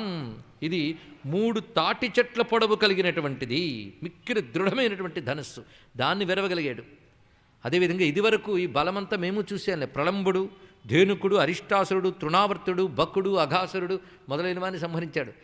అటువంటి బల సంపన్నులు దేవతలు కాక ఇంకేమవుతారయ్యా అని ఇది సంస్మృత్యా సంస్మృత్యా నంద కృష్ణ అనురక్తధీ. ఇలా తలంచుకుని ఒక ధ్యాన సమాధి స్థితికి వెళ్ళిపోయాడు ఆయన. కృష్ణానురక్తితో అత్యుత్కంఠో భవత్తూష్ణీం, వెంటనే కళ్ళంటే నీళ్లు జలజల రాలుతూ మౌనంగా గొంతు మూసుకొని కళ్ళు మూసేసుకున్నాడు మహానుభావుడు. ఆ స్థితి పక్కన చూశాడమ్మా, యశోదమ్మ కనబడింది అక్కడ. ఎలా కనబడుతోందంటే కృష్ణుని తలంచుకోగానే గుండె బరువయ్యి కళ్ళ నుంచి అశ్రువులు జారుతూ ఉండాయి. యశోదమ్మను చూశాడు, ఒక్క మాట లేదు. ఇన్ని మాటల పెట్టు ఆవిడ కంటి నుండి జారినటువంటి నీటి చుక్క అంతక్కడ. శృణ్వంత్యశ్రూణ్యవాస్రాక్షి స్నేహస్నుత పయోధరా.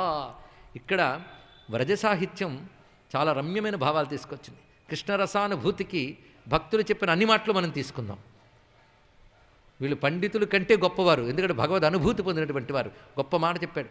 ఉద్ధవుడు నందవ్రజంలోకి వచ్చి యశోదమ్మ ఇల్లు ఎక్కడా అని అడుగుదామనుకున్నట్ట. అక్కడ కొంతమంది యమునా నది దగ్గర సాయం సంధ్యాకాలంలో జపం చేసుకుంటున్నారు. పైగా సంకల్పం చెప్పుకుంటున్నారట.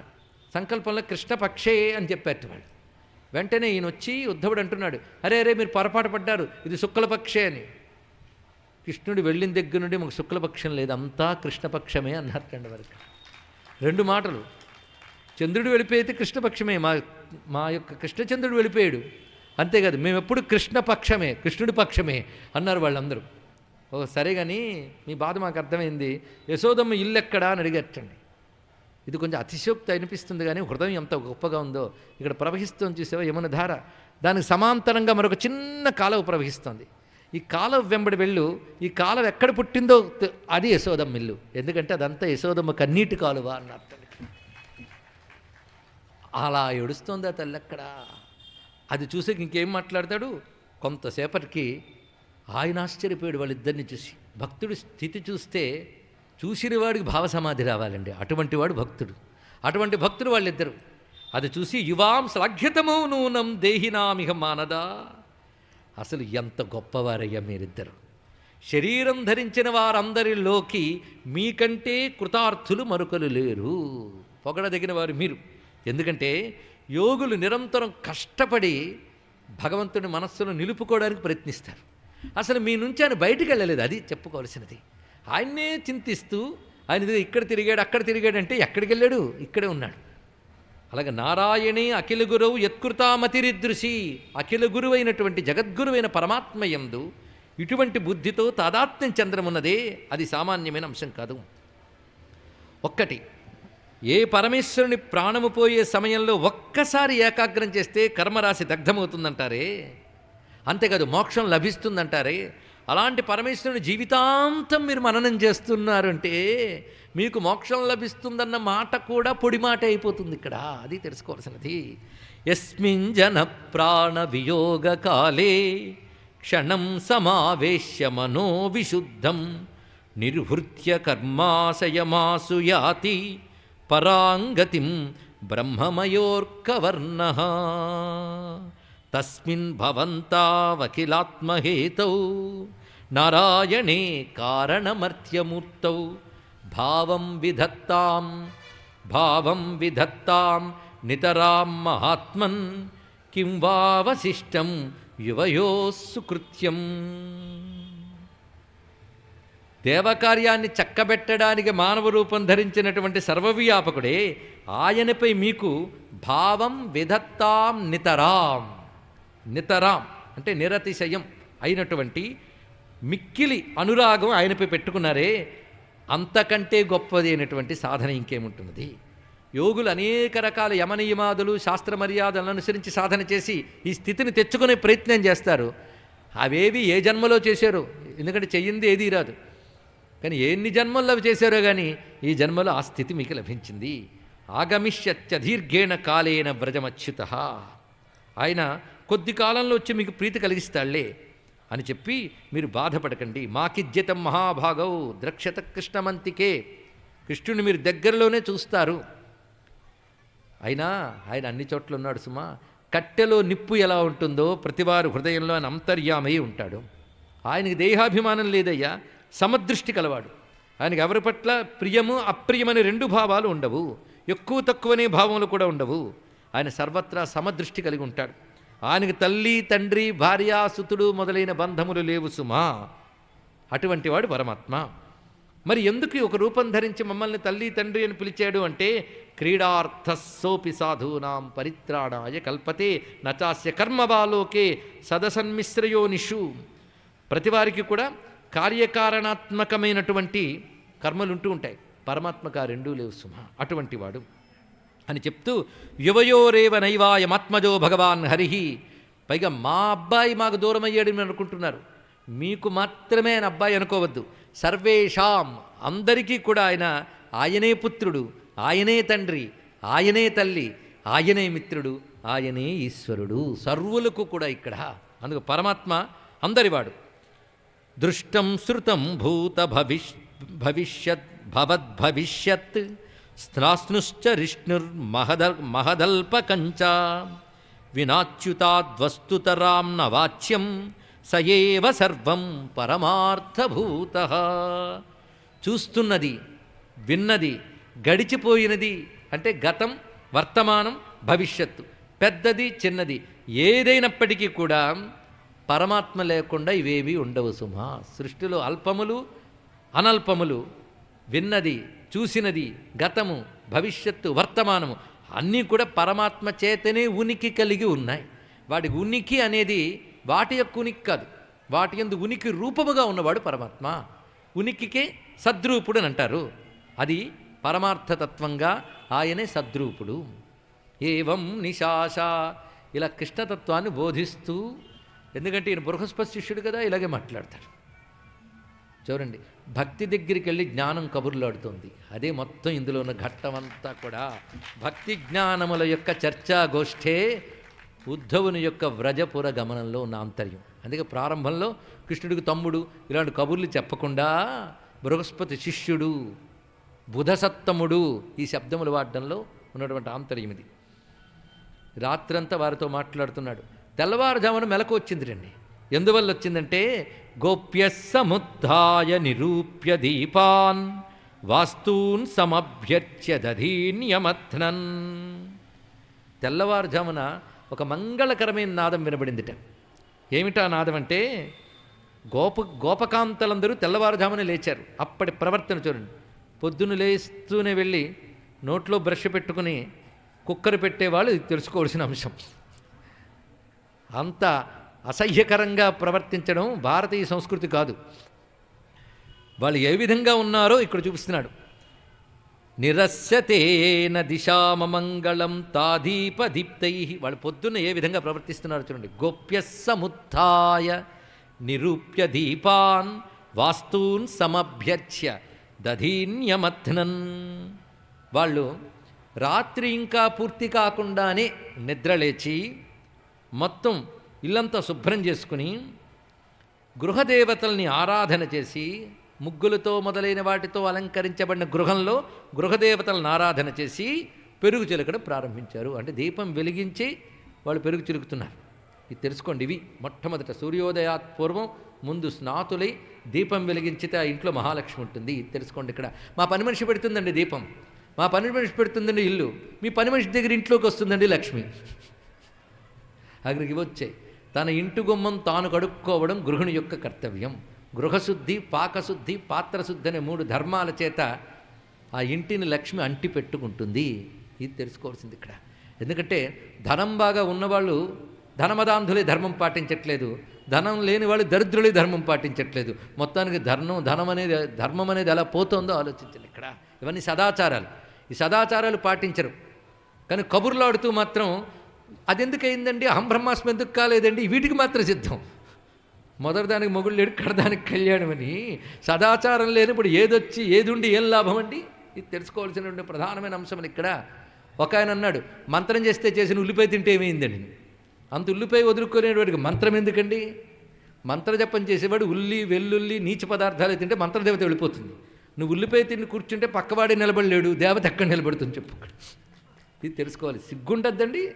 మంత్రం పుచ్చుకునే ముందు వాటన్నిటికీ సిద్ధపడాలి. లేదండి ఒక ఆయన అన్నాడు, ఉల్లి చేసే మేలు తల్లి కూడా చేయదు కదా అంట. ఆ పాటి మేలు మా మంత్రం చేస్తుంది అయ్యా, తెలుసుకోవాలి ఇక్కడ.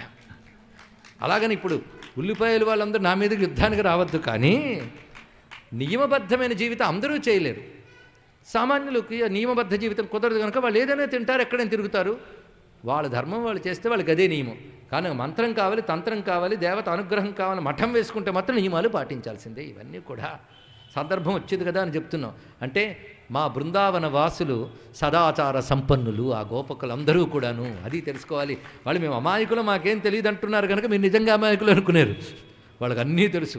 వాళ్ళ ఇళ్లలో అగ్ని పూజ, దేవతా పూజ, అతిథి పూజ, విప్ర పూజ, గోపూజ జరుగుతోంది అంటే వాళ్ళు మంచి జ్ఞానులు. వాళ్ళందరూ కూడా అమాయకులేం కారు. కనుక గొప్ప జాతి తెలుసుకోండి. ఇక్కడ వారికి నమస్కారం చేసుకోవాలి మనం. గోప్య సముద్ధాయ నిరూప్య దీపాన్ వాస్తూన్ సమభ్యచ్య దధీన్యమథనన్. భారతదేశంలో సదాచారం అనేది ఏదో ఒక వర్ణానికి మాత్రమే సొంతం కాదు, భారతీయులందరికీ సొంతం. వారికి సదాచారం నేర్పవలసిన గురుస్థానం ఒకరికి అప్పచెప్తే వాళ్ళే వదిలేశారు కనుక అందరూ వదిలేశారు. ఇది ఇప్పుడున్నటువంటి పరిస్థితి. అర్థం చేసుకోవాల్సింది. ఇక్కడ నేర్పవలసిన బాధ్యతే తప్ప వాళ్ళు మాత్రమే చేయవలసిన బాధ్యత కాదు. ఇది తెలుసుకోవాల్సినటువంటి ప్రధానమైనటువంటి అంశం. ఇక్కడ తాదీపదీప్తైర్మణిభిర్విరేజు రజ్జుర్వికర్షద్భుజకంకణస్రజ. ఏం మంగళవాద్యం అండి, ఎంత రమ్యమైన దృశ్యం. వాళ్ళ చల్ల చిలుకుతున్నారు. ఆ కవ్వానికి తాడు కట్టి చల్ల చిలుకుతూ వాళ్ళ యొక్క కంకణములు మారుమరుగుతున్నాయి. అదే మంచి సంగీతం. చల్ల చిలుకుతున్న సవ్వడికి కంకణధ్వనుల జత కలిసి కంఠంలో కృష్ణగీతములు రవలిస్తున్నాయి. వాళ్ళ నోటంట కృష్ణగీతములు. అది విని లేచాడు ఆ మహానుభావుడు. ఎవరు? ఉద్ధవుడు. ఉద్గాయతి నామరవిందలోచనం వ్రజాంగనానాం దివమస్పృశధ్వని.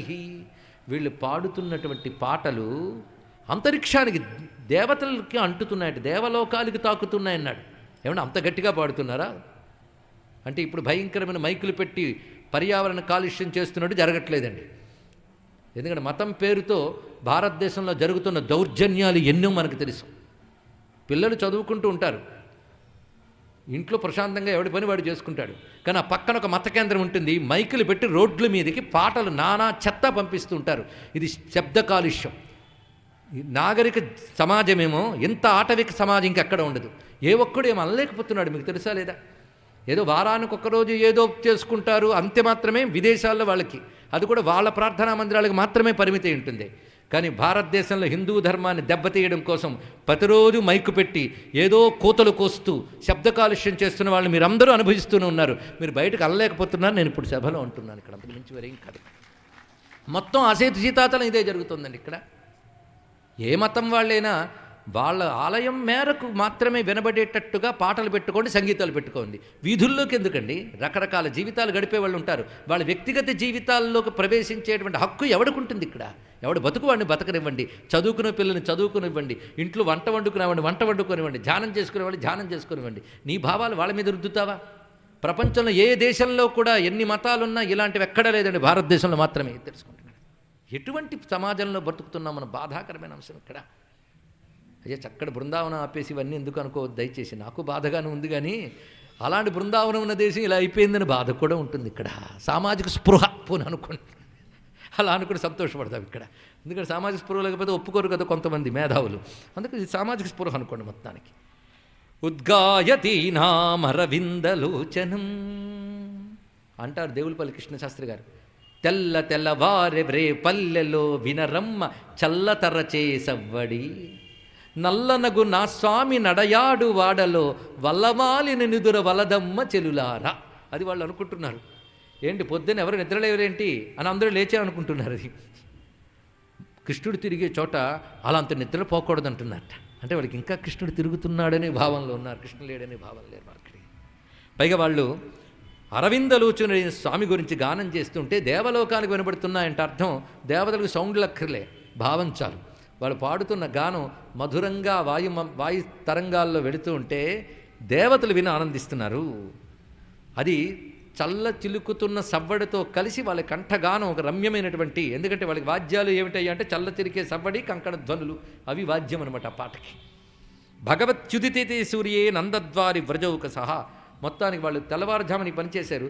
సూర్యోదయం అయ్యేటప్పటికల్లా నందుడు ఇంటి ముందు రథం, బంగారు రంగు కలిగిన రథం స్థాపించబడిన చూసి కృష్ణుడు కానీ వచ్చాడని ఆశతో పరిగెత్తుకెళ్ళేటండి వాళ్ళందరూ అక్కడికి. వెళ్ళేటప్పటికి అప్పుడే అనుష్ఠానం అంతా పూర్తి చేసుకుని అరుగు మీద కూర్చున్నాడు మహానుభావుడు. ఇతి స్త్రీణాం వదంతీనాం ఉద్ధవ అగాత్కృతాన్నిక. చాలా జాగ్రత్తగా చెప్పాడు, ఎందుకని పొద్దున్న లేచి కాఫీ తాగుతూ అరుగు మీద కూర్చున్నాడు వర్ణించలే. ఆహ్నికములన్నీ పూర్తి చేసుకుని అక్కడ కూర్చున్నాడు మహానుభావుడు. ఇక్కడ ఆయన వద్దకు వచ్చారు గోపికలు, వచ్చి మాట్లాడుతున్నారు. తం వీక్ష కృష్ణానుచరం వ్రజస్త్రియ. కృష్ణానుచరుని చూశారు. చూడగా ఈయన కూడా పీతాంబరం పుష్కర మాలినం లసన్ముఖారవిందం, ఆయనలాగే కనబడుతున్నాడు.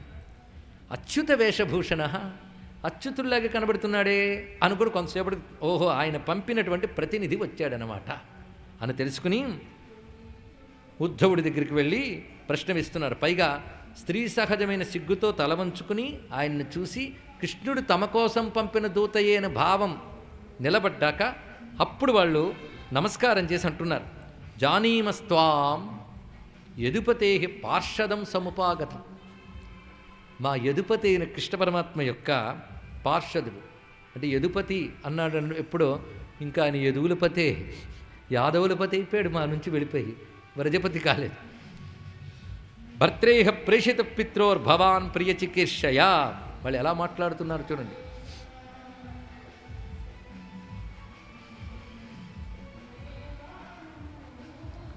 శ్రీకృష్ణ గోవింద హరే మురారే, శ్రీకృష్ణ గోవింద హరే మురారే, హే నాథ నారాయణ వాసుదేవ, శ్రీకృష్ణ గోవింద హరే మురారే, హే నాథ నారాయణ వాసుదేవ, శ్రీకృష్ణ గోవింద హరే మురారే, హే నాథ నారాయణ వాసుదేవ.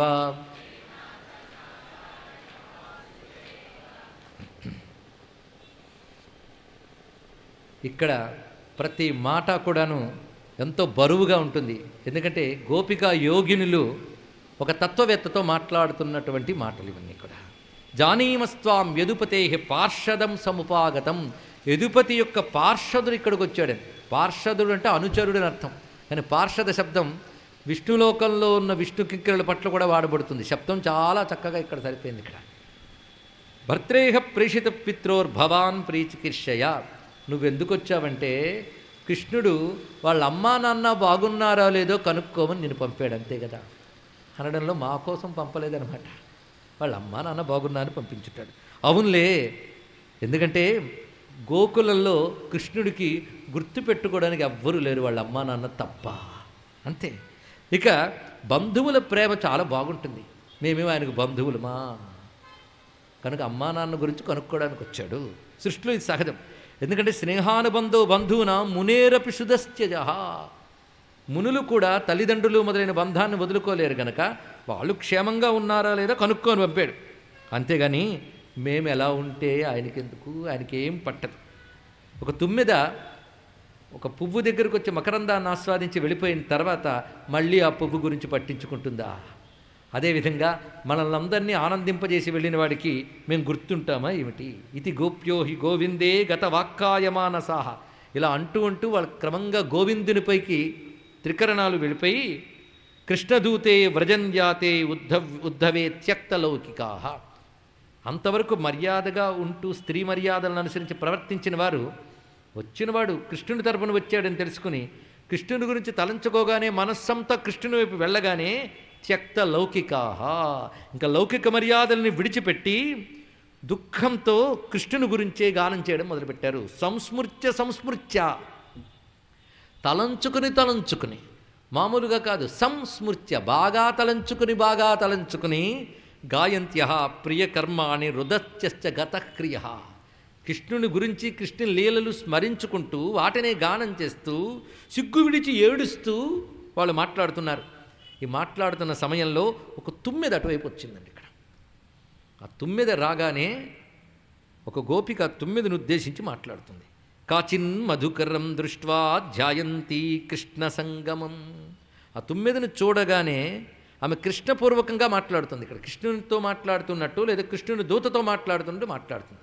తుమ్మెదను చూసి అలా ఎందుకు అనిపించింది అంటే ధ్యాయంతి కృష్ణ సంగమం.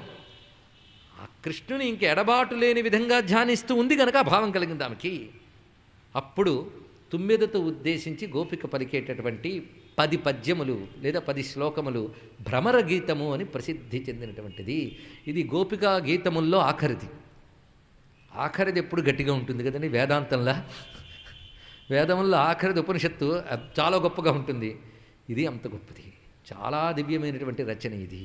ఇందులో పరమాత్మ దూరమయ్యాడని బాధ, తమల్ని ఉపేక్షిస్తున్నాడనేటువంటి బాధ ఉక్రోషంగా మారి రెండు కలబోస్తూ చెప్తున్నారు ఇక్కడ భక్తి. ఇది వింటూ కూర్చున్నాడు. ఈయన మాట్లాడనివ్వలేదండి. పైగా ఓ దూత అంటూ మాట్లాడడంతో ఈయన ఏవి అడగదలుచుకున్నాడు అన్నిటికీ సమాధానం చెప్పేస్తున్నారు. మాట్లాడనివ్వట్లేదు ఇక్కడ. అంటే భక్తి గొంతిప్పితే జ్ఞానం మౌనం వహించినట్లుగా ఉన్నదయ్యా ఇక్కడ పరిస్థితి. ఇక్కడ ఆ రెండిటి మధ్య ఉన్నటువంటి విషయం చూపిస్తున్నాడు ఇక్కడ. భక్తి అలా నోరార గానం చేస్తుంటే మౌనంగా విన్న జ్ఞానం వాళ్ళ గానం పూర్తయ్యాక మాట్లాడుతుంది. అది తెలుసుకోవాల్సిన అందమైనటువంటి అంశం ఇక్కడ. ఆ రెండిటి సమన్వయం ఇక్కడ చూపిస్తున్నాడు ఇక్కడ. అంటే భక్తిలో జ్ఞానం లేకపోలేదు, జ్ఞానంలో భక్తి లేకపోలేదు అనే విషయం మనకు చివరికి అర్థమయ్యేటట్టు చేశాడు. ఈ ఘట్టం అంత గొప్పది ఇక్కడ. పరమాత్మ గురించి తప్పించిపోతూ ఉంటే భగవంతుడు తానే ఆత్మస్వరూపుడుగా ఉన్నదే తాను అనే జ్ఞానాన్ని తానే పంపిస్తాడనడానికి తప్పించిపోయిన గోపికల దగ్గరికి ఉద్ధవుణ్ణి పంపడంలోనే కనబడుతుంది మనకి ఇక్కడ విశేషమైన అంశం. ఇక్కడ మధుపకితవ బంధో మా స్పృశాంఘ్రిం సపత్న్యా కుచవిలులితమాలా కుంకుమస్మశ్రుభిర్నః వహతు మధుపతిస్తన్మానినీనాం ప్రసాదం యదు సదసి విడంబ్యం యస్య దూతస్త్వమిదృక్. ఓ దూతగారు, మధుప కితవబంధో, మధుప అంటే ఓ తుమ్మెద. ఎంత చమత్కారం అంటే వీళ్ళకి తుమ్మెదకి చెప్తున్నారు, కృష్ణుడికి చెప్తున్నారా? తుమ్మెద ద్వారా కృష్ణుడికి చెప్తున్నారు కనుక కృష్ణుడికి చెప్పాలి. అంటే మధుప అంటే తుమ్మెద అని అర్థం. మధుప అంటే మధురాపురిని పాలించే కృష్ణ, అది అర్థం ఇక్కడ. కితవబంధో, ఆయన పెద్ద కపటి. ఎవరు? ఆ కృష్ణుడు. వాడికి బంధువు నువ్వు. అందుకే వాళ్ళలాంటి వేషం వేసుకున్నావు. ఉద్ధవుడికి పడుతున్నాయండి 9 అడ్డం పెట్టుకుని అన్యాపదేశంగా. ఆయన అలాగే ఉన్నాడు. మధుప కితవ బంధో మా స్పృశాంఘ్రిం, మా పాదాలను ముట్టుకోకు నువ్వు. అంటే అది పాదం దాకా వచ్చింది. మా పాదాలను ముట్టుకోకు. ఏదో బతిమలాడదామని వచ్చేవేమో, ముట్టకు నువ్వు. ఎందుకంటే అదిగో నీకు ఆ 9కి మీసాల్లాగా కాళ్ళల్లాగా ఉంటాయి కదా, వాటికి ఏదో కుంకుమ ఉందిట. ఈ కుంకుమేంటో మాకు తెలుసు. ఆయన మధురానగర కాంతల్ని ఆలింగనం చేసుకున్నప్పుడు ఆయన వనమాలకి వాళ్ళ యొక్క కుంకుమ అంటుకుంటే ఆ వనమాల మీద వాలి వచ్చిన తుమ్మెదవి ఆ కుంకుమ నీకు అంటుకుంది గనక ఆ సవతుల కుంకుమ అంటిన నీ పాదములు చూస్తూ ఉంటే తెలుస్తుంది నువ్వు మమ్మల్ని ముట్టుకోకు. ఎంత రమ్యమైన భావం అండి ఇక్కడ చెప్తున్నది ఇక్కడ.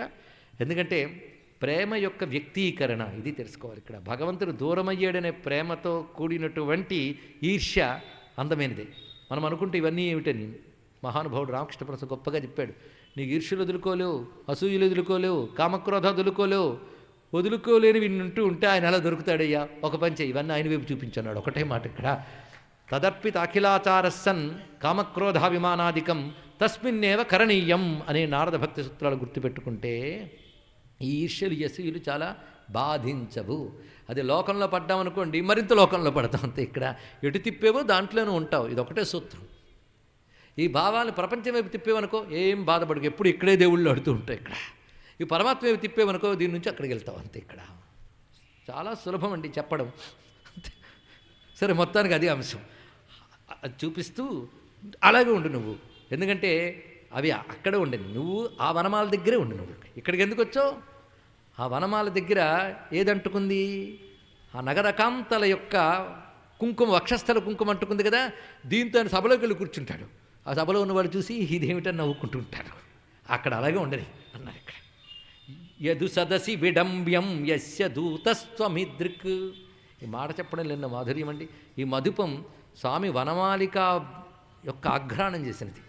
పైగా ఆయన భక్తులను హత్తుకుంటే, భక్తుల భావాలు ఆయన వనమాలిక హత్తుకుంటే తన్మాధుర్యాన్ని పొందినటువంటి మధుపంటిది. ఎన్ని భావాలు ఇక్కడ కనబడుతున్నాయి. సకృతధరసుధాం స్వాం మోహినీం పాయయిత్వా సుమనస ఇవ సజ్జస్తత్యజేస్మాన్ భవాదృక్ పరిచరతి కథం తత్పాదపద్మంతు పద్మాయపి బత హృతచేత ఉత్తమ శ్లోక జల్పై. చాలా విశేషమైనటువంటి మాట మరొకటి చెప్తున్నారు ఇక్కడ. ఉత్తమ శ్లోక జల్పై. ఆ పరమాత్మ పవిత్రమైన కీర్తి కలవాడు అని నారదాదులు పొగుడుతూ ఉంటారు కదా. ఈ పొగట్టు విని ఒక ఆవిడ మోసపోయిందిలే అన్నాడు. మా దాకా ఎందుకు, ఆవిడెవరంటే లక్ష్మీదేవి. ఆవిడ పవిత్రమైన కీర్తి కలవాడు అంటూ ఉంటే ఈయనే గొప్పవాడని మోసపోయింది. ఎందుకంటే ఆయన మోసగాడు. తన మాధుర్యాన్ని అందించి మళ్ళీ వెళ్ళిపోయాడు ఆయన. చూడండి ఎంత చక్కటి మాట చెప్తున్నారు ఇక్కడ. సకృద్ అధరసుధాం స్వాం మోహినీం పాయయిత్వా సుమనస ఇవా. పువ్వులను 9 విడిచిపెట్టిపోయింది. మనం ఏమంటామంటే పువ్వుల్లో ఉన్న మకరందాన్ని 9 ఆస్వాదించి వెళ్ళిందని. వీళ్ళు అనాలలేదు. ఏమంటున్నారు చూడండి. తనదైన మాధుర్యం, మోహిని మోహమయమైన మాధుర్యాన్ని పాయయిత్వా మా చేత ఆస్వాదింపజేసి ఆయన వెళ్ళిపోయాడయ్యా అన్నారు ఇక్కడ. అంటే కృష్ణ పరమాత్మ వీటి నుంచి తాను ఆనందం అనుభవించడం కాదు, వాడికి ఆనందం ఇచ్చాడు. అది తెలుసుకోవాల్సింది. ఆ పదం అంత గొప్పగా ఉన్నది, అంత ఉదాత్తంగా ఉన్నది. గోపికలు భావావేశంలో కూడా శాస్త్రవిరుద్ధంగా మాట్లాడలేదు, ఎందుకంటే భక్తులు గనక. ఎంత రమ్యంగా అంటున్నారా మాటలు. పైగా అది మాకు ఆయన ఇచ్చినటువంటి ఆనందం అధరసుధ. బాగా గోపికా గీతం విన్న వాళ్ళకి నేను చెప్పక్కర్లేదు. ఆయన ఇచ్చిన మాధుర్యం ధరలో దొరికే సుధ కాదు, ఆ ధరసుధ. అది ఏ లోకంలో దొరకని అలౌకికమైనటువంటి బ్రహ్మానంద మాధుర్యం, భగవద్ అనుభవ మాధుర్యం. దానిని మా చేత పాయయిత్వా. ఆ మాధుర్యం ఎంత గొప్పగా ఉంటుంది తెలుసా. మోహిని, అది మోహిని. భగవంతుడు మోహస్వరూపుట్ట. 2 రకాలుగా అన్నారు ఒక ఆయన. ఎలాగంటే లోకాన్ని మోహంలో ముంచుతట, అందుకే అదొక మోహం. ఈ మోహం నుంచి బయటపడాలంటే ఆయన మోహంలో మనం పడాలి. అది తెలుసుకోవాలి ఇక్కడ. ఎందుకంటే అన్నీ వదిలి దేని వెంట పడతామంటే మోహం పడితే కానీ పడం, మోహంలో పడితే కానీ దేని వెంట మనం పడం. అవునా లేదండి ఇక్కడ. కానీ భగవంతుడి వైపు వెళ్ళిపోవాలంటే ఆయన మోహంలో పడాలి. అందుకే సదా పశ్యంతి సూరయ, సూర్యులు ఆయన మోహంలో పడిపోతారు. ముహ్యంతి యత్ సూరయ, 2వ శ్లోకం. దాని చుట్టూరే తిరుగుతుంది భాగవతం, ఏం లేదు ఇక్కడ. కానీ వాళ్ళు ఆయన మోహంలో పడతారు. ఈ విధంగా జరుగుతున్నది. అందుకు మోహినీం పాయయిత్వా, అటువంటి మోహమయ్యా. అంతేకాని మాయాపూర్వకమైన మోహం కాదు, మాయ నుంచి లాగేసే మోహం అది ఇక్కడ. అది జగన్మోహనం అటువంటిది. సుమనస ఇవ, సుమనస్సులు. పువ్వులకి సుమనస్సులని పేర్లు.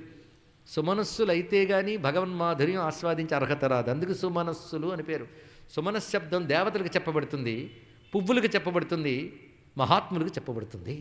ఎందుకంటే ఒక్క పువ్వులో కూడా చెడ్డ లక్షణం ఉండదు, అంతా మాధుర్యం, సౌకుమార్యం, అందమే కదా. అలాగే మహాత్ముల హృదయంలో ఏ దుర్లక్షణాలు ఉండవు కనుక అవి సుమనస్సులే. వాటికి పాయయిత్వ, అలాగ ఆస్వాదింపజేసి వెళ్ళిపోయాడు. అలా వెళ్ళిపోయేవాడు మోసగాడు కాకెవడు చెప్తాడు చెప్పు. అలాంటి వాడిని పట్టు కూర్చుంది ఎవరు? ఆ లక్ష్మి. పరిచరతి కథం తత్పాద పద్మంతు పద్మా. వీళ్ళ తలుచుకున్న లక్ష్మి ఒక్కరేనండి, రాధాలక్ష్మి. ఆ రాధాదేవి స్మరణ లేకపోతే పరిపూర్ణత ఎలా ఏర్పడుతుంది? అదే దీనికి రూపగోస్వామి అనే మహానుభావుడు భ్రమరగీతలకు వ్యాఖ్యానం రాస్తూ జల్ప, సుజల్ప, సంజల్ప, పరిజల్ప అనేటువంటి భాగాల కింద 10 రకాలుగా వీటికి అర్థాలు చెప్పాడు మహానుభావుడు ఇక్కడ. అంత శాస్త్రంగా చూపించాడు. ఆ చూపించేటప్పుడు రాధాతత్వ స్మరణతోనే జరుగుతుంది ఇక్కడ. ఎందుకంటే వీళ్ళందరూ బృందావన వాసులే కదా, బృందావనాధికారిని తలంచుకుంటూ ఉంటారు ఇక్కడ. అందుకే రహస్యాన్ని ఇక్కడ పరిచరతి కథం తత్పాద పద్మంతు పద్మాయపి బత హృతచేత ఉత్తమ శ్లోక జల్పై.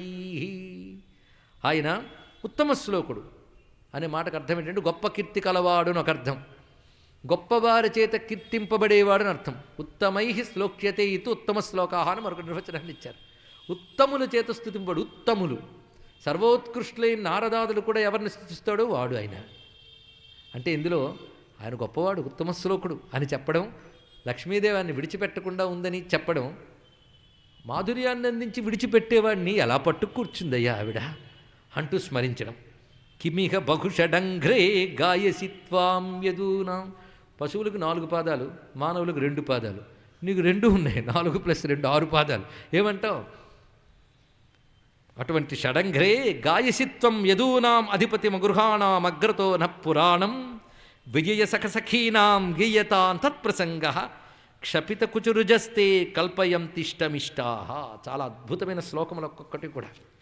పోతన గారిని తక్కువ తినలేదండి. భ్రమరా దుర్జనమిత్ర ముట్టకము మా పాదాబ్జముల్ నాగర ప్రమదాళీ కుచకుంకుమంకితల సత్ ప్రాదేశదామ ప్రసూన మరందారుని తాను నుండవగుచున్ నాధుండు మన్నించుగాక మున్నేపుచు పౌరకాంతల శుభాగారంబులన్ నిత్యమున్.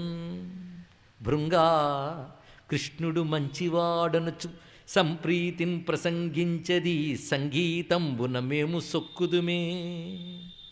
తచ్చారిత్రముల్ వింతలే అంగీకారము కావు మాకు పురకాంతాగ్ర ప్రదేశంబులన్ సంగీతంబొనరింపు వారిడుదు రోజన్ నీకు ఇష్టార్థముల్. ఇదిగో 9 ఎక్కడికొచ్చి పాటలు పాడకు. నువ్వు ఎవరి గురించి పాడుతున్నావు? కృష్ణుడి గురించి. ఎవడా 9? ఉద్ధవుడే అనుకుందాం. ఉద్ధవుడు అన్నట్టు నువ్వు ఇక్కడికి వచ్చి పాటలు పాడుకున్నావు ఆయన గురించి. ఈ పాటలు ఆయన దగ్గర వెళ్ళి పాడేవనుకో, అక్కడ మధురానగర కాంతలు ఉంటారు, వాళ్ళు నీకు ఇష్టమైనవి ఇస్తారు. మా బోటి వాళ్ళ దగ్గర పాడితే నీకేం ప్రయోజనం? మేము అగృహాణం, మాకు ఇల్లు వాకిలు లేనిటువంటి వాళ్ళం. ఏంటండి ఇది? ఇక్కడ వాళ్ళు ఇల్లు వాకిలు లేని వాళ్ళు అంటే వాళ్ళకున్న భావనాలు మాకు లేవు. అది ఇక్కడ మేము ఏదో చిన్న కుటీరాలు కొట్టుకుని బతికేస్తున్నాం. కానీ అగృహాణం అగ్రత మా దగ్గర చెప్పకు. ఏదో వాళ్ళకంటే ఇప్పుడు కొత్త కృష్ణుడు కనుక వాళ్ళకి ఇది నవీనం, మాకు ఇది పురాణం, మాకు ఇది ఎప్పుడుదో ఎనుమాలు వినవలే. వెళ్ళు, మా దగ్గర చెప్పకు. అగృహాణమగ్రత న పురాణం. చాలా రసరమ్యమైనటువంటి శ్లోకాలండి. భక్తులు పారాయణ చేసుకోదగ్గ శ్లోకములు 4 గీతలు. వేణుగీతం, యుగళ గీతం, గోపికా గీతం, భ్రమర గీతం. ఇది పరాకాష్ఠ. ఎందుకంటే ఇందులో ఆ వియోగ వ్యధ బాగా కనబడుతుంది. ఇక్కడ ఆ వియోగ వ్యధలో వచ్చి ఉక్రోషం, ఆక్రోషం అన్నీ కనబడుతున్నాయి ఇక్కడ. అంత రమ్యమైనవి. అధిపతి మగృహాణమగ్రతో న పురాణం విజయ సఖ సఖీనాం. విజయ సఖ సఖీనాం. విజయుడికి సఖుడు ఆయన అంటే అర్జునమిత్రుడు. అర్జునమిత్రుడికి సఖులున్నారే, వాళ్ళ దగ్గరికి వెళ్ళి పాడు నువ్వు. అక్కడ అర్జునమిత్రుడు అనుకోవచ్చు, తప్పేం లేదు. ఎందుకంటే యోగుల భాషలో భూత భవిష్యత్ వర్తమానాలు ఉండవు. అంటే అప్పటికే అర్జునుడు మిత్రుడయ్యాడా? ఈ రీసెర్చ్లు వద్దండి దయచేసి. ఇక్కడ వాళ్ళు యోగుల్ని గనక తాదాత్మ్య స్థితిలో పలుకుతున్నప్పుడు భవిష్యత్తు కూడా పలకవచ్చారు, కూడా ఏ బాధ లేదు. కానీ వ్యాఖ్యాతలు ఏం చెప్పారంటే విజయ అంటే అమ్మవారని, లక్ష్మీదేవని, లక్ష్మీ సఖుడని అర్థం చెప్పారు. ఇక్కడ బాగుంది, ఇది కూడా చక్కగా ఉంది. పైగా విజయం ఎప్పుడు ఆయనకి సఖమే. విజయం ఎప్పుడు ఆయనకి సఖస్థానంలోనే ఉంటుంది కనుక విజయ సఖ సఖీనా. ఎలాగో దోషం లేదండి. మీరు వర్తమానం భవిష్యత్తు ఏం చెప్పినా సరిపోతుంది. ఇక్కడ వాళ్ళ దగ్గర గీయతాం తత్ప్రసంగ, వాళ్ళ దగ్గరికి వెళ్ళిపాడు. మా దగ్గరేముంది? అగృహాణం. పైగా మాకిది పురాణం 2. మూడవది ఏంటంటే క్షపిత కుచురు జస్తే. వాళ్ళకి హృదయాల్లో దుఃఖం లేదు. గుండె నిండా దుఃఖం ఉన్నవాడు పాటలు విని ఆనందిస్తాడా? వాళ్ళకి ఏ దుఃఖం లేదు కనుక వాళ్ళ దగ్గరికి వెళ్ళిపాడు. మా దగ్గర ఇళ్ళు లేవు. 2 మాకి పురాణం. మూడవది మా గుండె వేదనతో రగులుకు పోతుంది, మాకెందుకు ఈ పాటలు చెప్పు. పైగా వాళ్ళందరూ ఇష్టులు, మేము ఆయనకి ఇష్టలు కాం, అందుకే మమ్మల్ని వదిలిపోయాడు. కానీ ఇష్టాహ కల్పయంతి, వాళ్ళు నీకు కావలసిన ఇష్టములు ఇస్తారు. ఎందుకంటే వాళ్ళకి ఇష్టలు కనుక ఇష్టల దగ్గరికి పాడు. కనుక మా లక్షణాలకి వాళ్ళ లక్షణాలు తేడా ఏమిటి? మాకు ఇల్లులు వాకిళ్ళు, వాళ్ళకి అవన్నీ ఉన్నాయి. మాకది పురాణం, వాళ్ళకి అది నవీనం. మా గుండె నిండా వేదన, వాళ్ళకి అది లేదు.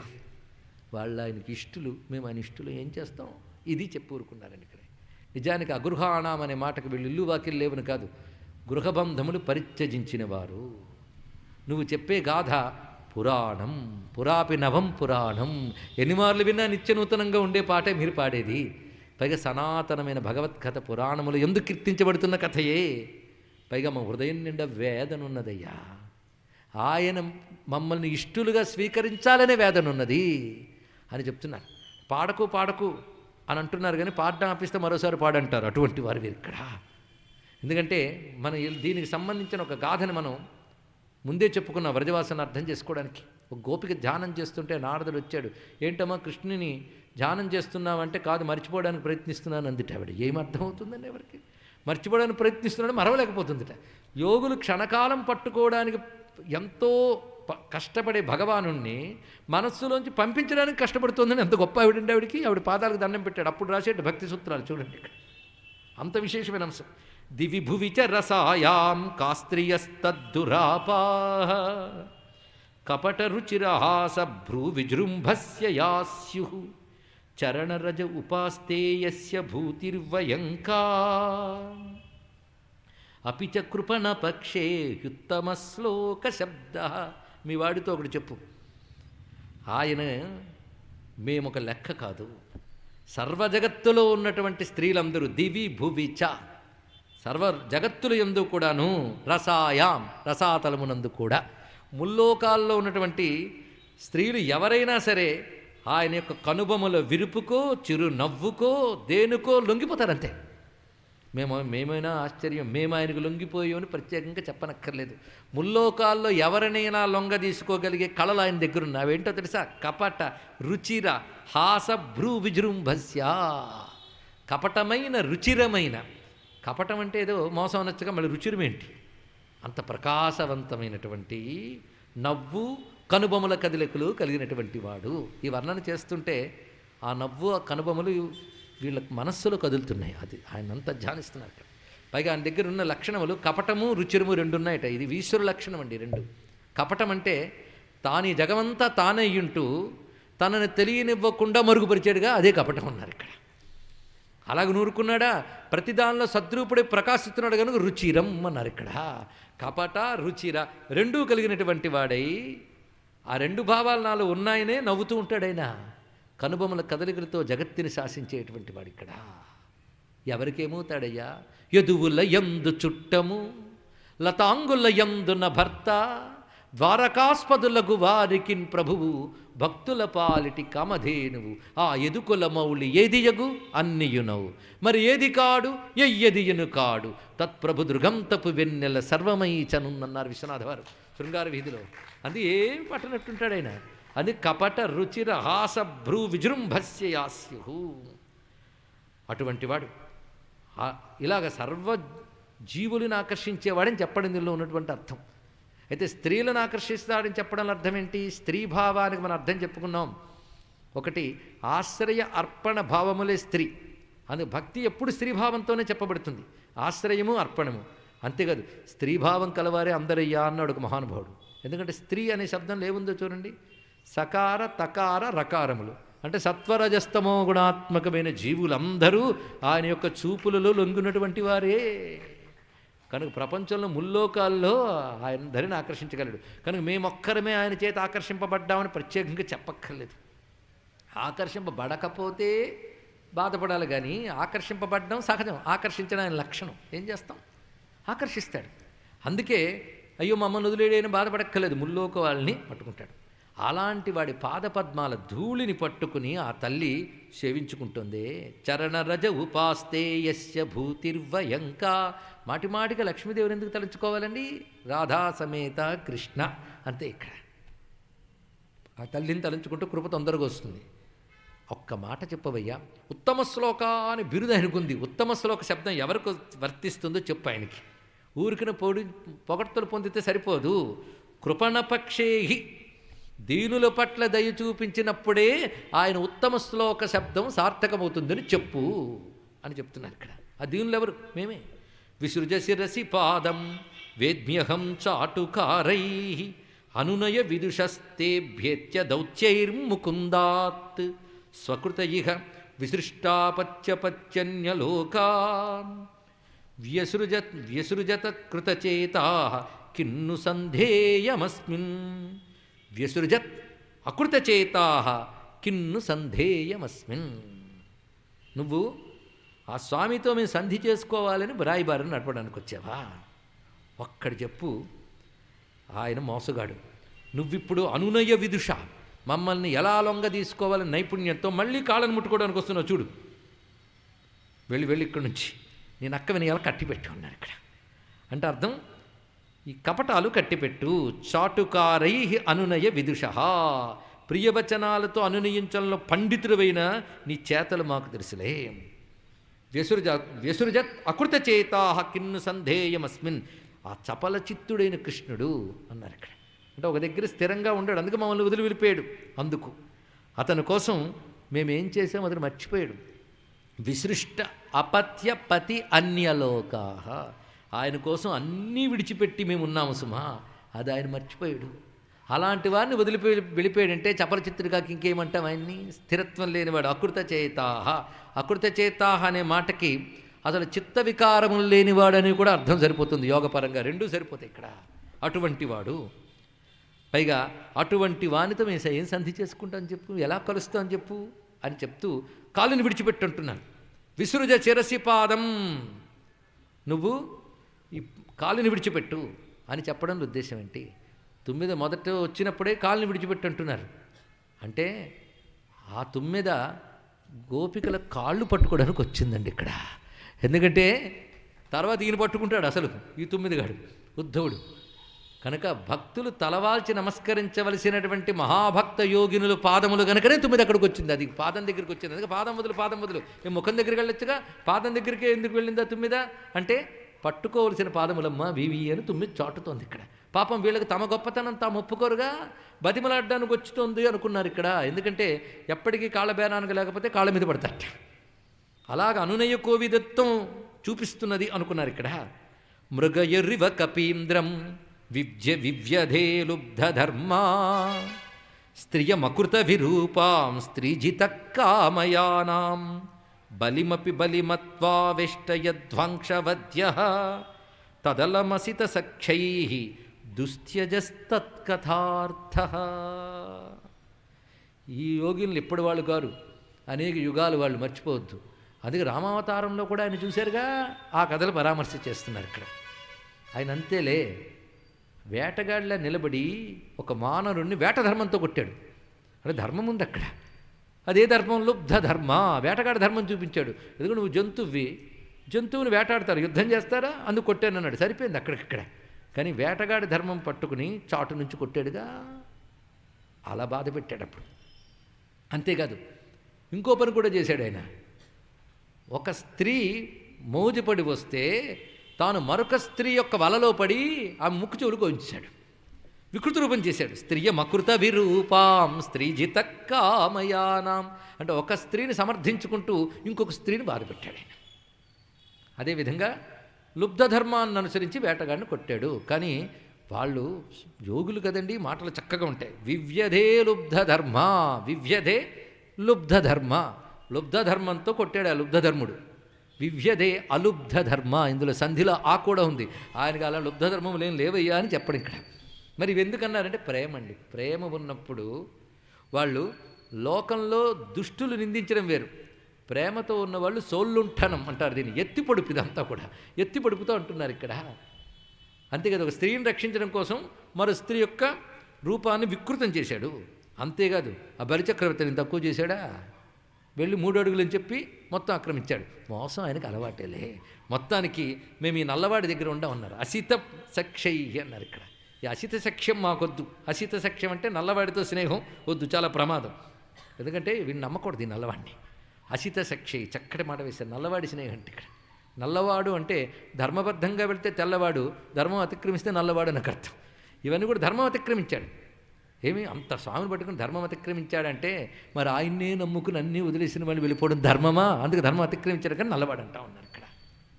ఎంత చక్కగా అంటున్నారో ఈ మాటలన్నీ. ఇంకా వీడితో స్నేహం మనకొద్దు అనుకుంటాం కానీ వాడి కథలు ఒడిచి బ్రతకగలమా మనము? వెంటనదొక మాట.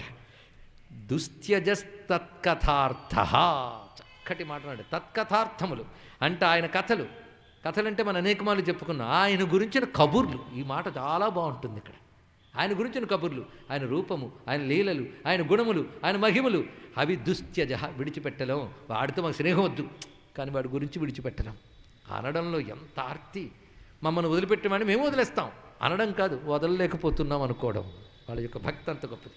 యదనుచరిత లీలా కర్ణ పీయూష విపృట్ సకృదన విధూతద్వంద్వధర్మా వినిష్టా సపది గృహ కుటుంబం దీనముత్సృజ్య దీనా బహవ ఇహ విహంగా భిక్షుచర్యాం చరంతి.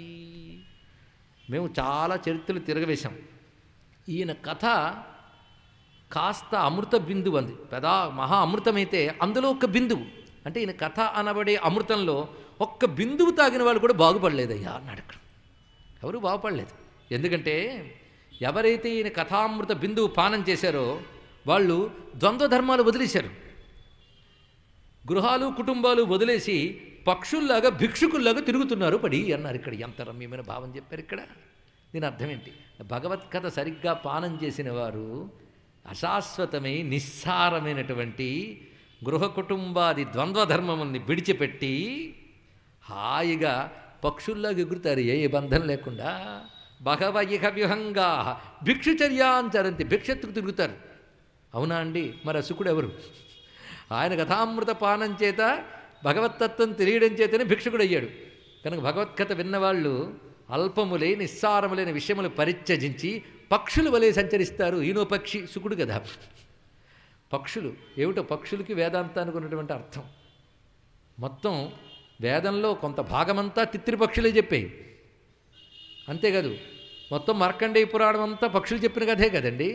చూస్తూ ఉంటే పక్షికి జ్ఞానికి ఏమిటయ్యా అనుబంధం అంటే, పక్షి భూమిని తాకదు, అవసరమైతే ఎంత అవసరమో అంతే వచ్చి తనకు కావాల్సిన తీసుకుని మళ్ళీ ఎగిరిపోతుంటుంది భూమికి తాకకుండా.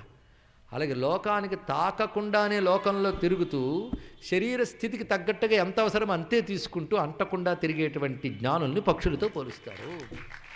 వాళ్ళు అంతగా రెక్కలలార్చుకుంటూ హాయిగా ఎందుకు తిరుగుతున్నారంటే కృష్ణ కథామృత బిందు పానం చేయడం చేత అవి ఇంకా లోకంతో బంధం విడిచిపెట్టి హాయి పక్షుల్లో ఎగురుతూ తిరుగుతున్నాయి.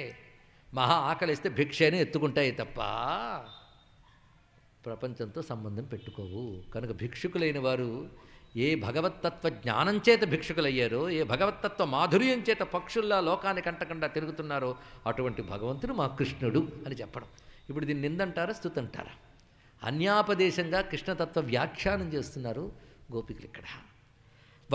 వయమృతమివ జింహ వ్యాహృతం శ్రద్ధధానా కలికరుతమివాజ్ఞా కృష్ణవధ్వో హరిణ్య దదృశు రసకృతే దత్ తన్నఖస్పర్శతి వ్రస్మరరుజ ఉపమంత్రిన్ భణ్యతాం అన్యవార్తా. కృష్ణసార మృగం యొక్క ప్రియురాళ్ళు అంటే ఆడలేళ్ళు వేటగాడి గానం విని మోహంతో వాడి వల్లో పడిపోతారట. మేము ఆ వేటగాడి గానం విని మోహంలో వాడి వల్లో పడిపోయాం. వాడి యొక్క మాటలు విని సత్యమని నమ్మి అటే తిరుగుతున్నాం. ఆయన యొక్క హస్తస్పర్శతో అప్పుడు ఆనందం అనుభవించాం, అవి గుర్తు తెచ్చుకుంటూ ఇప్పుడు దుఃఖాన్ని అనుభవిస్తున్నాం. కానీ వాడి గురించి తప్ప ఇంకేమైనా చెప్పు అంటున్నారు ఇక్కడ. అంటూ పాప ఆయన ఏం చెప్పలేదు, వాడి గురించి చెప్తున్నదంతా వీళ్ళే ఇక్కడ. ఆ విధంగా కృష్ణస్మరణ చేసుకుంటూ ప్రియసఖ పునరాగా ప్రేయసా ప్రేషిత కిం వరయకి మనురుంధే మాననీయోసి మేంగా నయసి కథమిహాస్మన్ దుస్త్యజద్వంద్వపార్శ్వం సతతమురసి సౌమ్య శ్రీర్వధూసాకమాస్తే. మొత్తానికి నువ్వు కృష్ణుడు పంపగా వచ్చిన దానవు, నీకేదైనా చెప్పదలుచుకుంటే చెప్పు, నిన్ను గౌరవించడం మా ధర్మం. ఎందుకంటే మా స్వామి పంపాడు కదా, ఇప్పుడు మమ్మల్ని కృష్ణుడి దగ్గర తీసుకువెళ్తావా? అది సరి అయిన పనేనా? ఒకవేళ తీసుకెళితే ఆయన మమ్మల్ని చూసేటట్టున్నాడా? ఆయన చుట్టూ ఎందరో ఇప్పుడు ఆయన పట్టుకున్నటువంటి వాళ్ళు. అంతెందుకయ్యా, ఆయన విడవలేక వక్షస్థలంలోనే ఆవిడ కూర్చుంది కదా. అలాగా ఒక కాంతతో జతకట్టి ఉన్నటువంటి వాడు నువ్వు తీసుకెళ్ళిన మా మాట వింటాడా చెప్పు? అపిబత మధుపుర్యా మార్యపుత్రోధునాస్తే స్మరతి సపితృగేహాన్ సౌమ్య బంధుశ్చ గోపాన్. మళ్ళీ సౌమ్య చిట్ట చివరికి వచ్చేటప్పటికి 9 మీద జాలి కలిగింది మళ్ళీ. అందుకే సౌమ్య అంటే చూడ్డానికి ప్రియం కలిగించేవాడా అని అర్థం ఇక్కడ. ఏ సౌమ్య క్వచిదపి స కథాన కింకరీణాంగృణీతే భుజమగురు సుగంధం మూర్ధ్నియధాస్యత్ కదాను. చిట్ట చివరికి వాళ్ళ ఆర్తితో అన్న మాట ఏమిటంటే హే సౌమ్య. సౌమ్య అనే మాటకు ఉపనిషత్ భాషలోకి ఒక్కసారి వెళితే బ్రహ్మ విధివే సౌమ్య భాతి ఒకటే మాట ఇక్కడ. బ్రహ్మజ్ఞానం కలిగిన వాడి వదనం సౌమ్య అంట. ఎందుకంటే వికారాలు ఉండవు కనుక, వాడికి ఏ వికారం ఉండదు, ద్వంద్వములు అన్నీ ఏం చేయలేవు కనుక అటువంటి వారి యొక్క ముఖాన్ని బ్రహ్మ విధివే సౌమ్య భాతి అందు ఉపనిషత్తు. కనుక ఇక్కడ ఒక జ్ఞానానికి ప్రతీకగా ఉన్నటువంటి దూత గనక ఈ మాట సరిగ్గా సరిపోయింది ఇక్కడ సౌమ్య అని చెప్పడం. అవును, ఇప్పుడు ఇంతకీ నందుని కొడుకు మధురానగరంలోనే ఉన్నాడా? ఆయన మమ్మల్ని పోయిన అలా వదిలే కానీ వాళ్ళ తండ్రి గారి ఇంటిని బంధువుల్ని గోపాలకుల్ని స్మరిస్తాడా లేక కింకరీణాం దాసీలమైన మా గురించి ఎప్పుడైనా మాట్లాడతాడా ఆయన? ఎప్పటికైనా పరిమళములు వెదజల్లా చేతిని మా తలపై ఉంచుతాడా? ఇలా అడిగేమని చెప్పు నువ్వు అని ఆర్తితో అనగానే ఆ మాటలు విని రెండు చేతులు నమస్కరించాడు ఉద్ధవుడు. అహోయూయం స్మ పూర్ణార్థ భవత్యో లోకపూజితా వాసుదేవే భగవతి యాసామిత్యర్పితం మనః వాసుదేవే భగవతి. భగవానుడైన వాసుదేవుని యందు సర్వము అర్పించినటువంటి మనస్సు కలిగిన మీరు కృతార్థలు, మీకు నమస్కారము. ఎందుకంటే వాళ్ళు తుమ్మెత్త అన్న మాటలో బంధుల బిడ్డలన్ మగళ్ళ భ్రాతల తండ్రుల నే మనోజాంధత బేసిడించి శరణందిన మమ్ము వియోగ దుర్దశా సింధువునందు త్రోసి ఇటు చేరకపోవుట పాడి కాదు పుష్పంధయ మీ అధీశునకు పాదములంపడి యొత్తి చెప్పరే అన్న మాటలు విని అంటున్నాడు. దానముల చేత, వ్రతముల చేత, తపస్సుల చేత, హోమముల చేత, జపముల చేత, స్వాధ్యాయం చేత, ఇంద్రియ నిగ్రహం చేత కూడా పొందలేని కృష్ణభక్తిని మీరు పొందారు. ఎన్ని సాధనలు చేసినా పొందలేని కృష్ణభక్తిని పొందారు. అందుకే భక్తి ధర్మం కాదు, ధర్మాలకి ఫలం అన్నారు. చాలా గొప్ప విషయం చూడండి ఇక్కడ, అంత విశేషమైనది. భగవత్యుత్తమ శ్లోకే భవతీభిరనుత్తమ భక్తి ప్రవర్తిత దిష్ట్యా మునీనామపి దుర్లభ. ఈదృశమైన భక్తి భవతీభిరనుత్తమ, మీ చేత పాటించబడినటువంటి అనుత్తమమైన భక్తి అంటే మీ చూపించిన భక్తి కంటే మరొకటి ఉత్తమ భక్తి లేదు. అలాంటి పరాభక్తిని చూపించారే, ఇది మునులకు కూడా దుర్లభమైనది. ఎందుకంటే పుత్రులు, భర్తలు, దేహాభిమానం ఇవన్నీ విడిచిపెట్టి పురుషోత్తముని వరించారు. ఇంతకంటే మంగళకరమైన పని ఉంది? యతీశ్వరుడు బ్రహ్మజ్ఞానులు చేసే పని ఇది. అది మీరు భక్తితో సాధించారు. దిష్ట్యా పుత్రాన్ పతీన్ దేహాన్ స్వజనాన్ భవనాని చ హిత్వా వృణీత యూయం యత్కృష్ణాక్షం పురుషం పరం సర్వాత్మభావోధికృతో భవతీనా మధుక్షజే. కృష్ణుని యథార్థతత్వము సర్వాత్మకత్వం, అది మీరు పొందారు. గొప్ప మాట చెప్పాడు ఇక్కడ. కృష్ణుడు సర్వాత్మకుడు అంటే భగవద్ అనుభూతి ఎక్కడ పొందాలి? సర్వాత్మకుడైనప్పుడు ఎక్కడైనా పొందాలి. ఆయన దగ్గరున్నా లేకున్నా కూడా అనుభూతిని పొందితే సర్వాత్మక అనుభూతులకు తెచ్చుకున్నట్టే. కానీ కృష్ణుడు ఇక్కడ లేకుండా మధురానగరంలో ఉన్నప్పుడు కూడా మీరు ఆయన స్వరంలోనే ఆనందిస్తున్నారంటే సర్వాత్మకుడైన కృష్ణుని అనుభవాన్ని మీరు పొంది ఉన్నారు.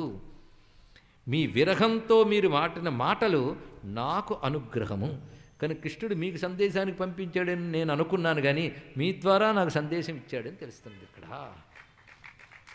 పూర్ణభక్తి పరాభక్తి ఎలా ఉంటుందో మీ ద్వారా, మీ మాటల ద్వారా నేను తెలుసుకోగలిగాను అని నమస్కరిస్తూ భగవానుడు మీతో ఏం చెప్పమన్నాడంటే అంటూ కృష్ణ వచనములు ఇప్పుడు చెప్పబోతూ ఉన్నాడు ఉద్ధవుడు. ఇప్పటివరకు తన అభిప్రాయం చెప్పేశాడు. మీరు మహానుభావులు, మిమ్మల్ని చూడడం అనేది మహాన్మే అనుగ్రహకృత, నాకు ఇది అనుగ్రహమే అని ప్రకటించాడు. శ్రూయతాం ప్రియ సందేశో భవతీనాం సుఖావహ, మీకు ఆనందం కలిగించే ప్రియ సందేశాన్ని చెప్తూ ఉన్నాను. శ్రీ భగవానువాచ ప్రారంభమైంది. భగవానువాచ అంటే భగవద్గీతే, ఉద్ధవోవాచ కాదు ఇక్కడ, భగవానువాచ. కృష్ణుడు చెప్పాడని కానీ వాళ్ళు మఠం వేసి కూర్చుని వింటున్నారు కృష్ణుడి మాట. ఆయన ఏం చెప్పాడో మనం రేపు తెలుసుకుందాం. సర్వం శ్రీకృష్ణ చరణారవిందార్పణమస్తు. స్వస్తి.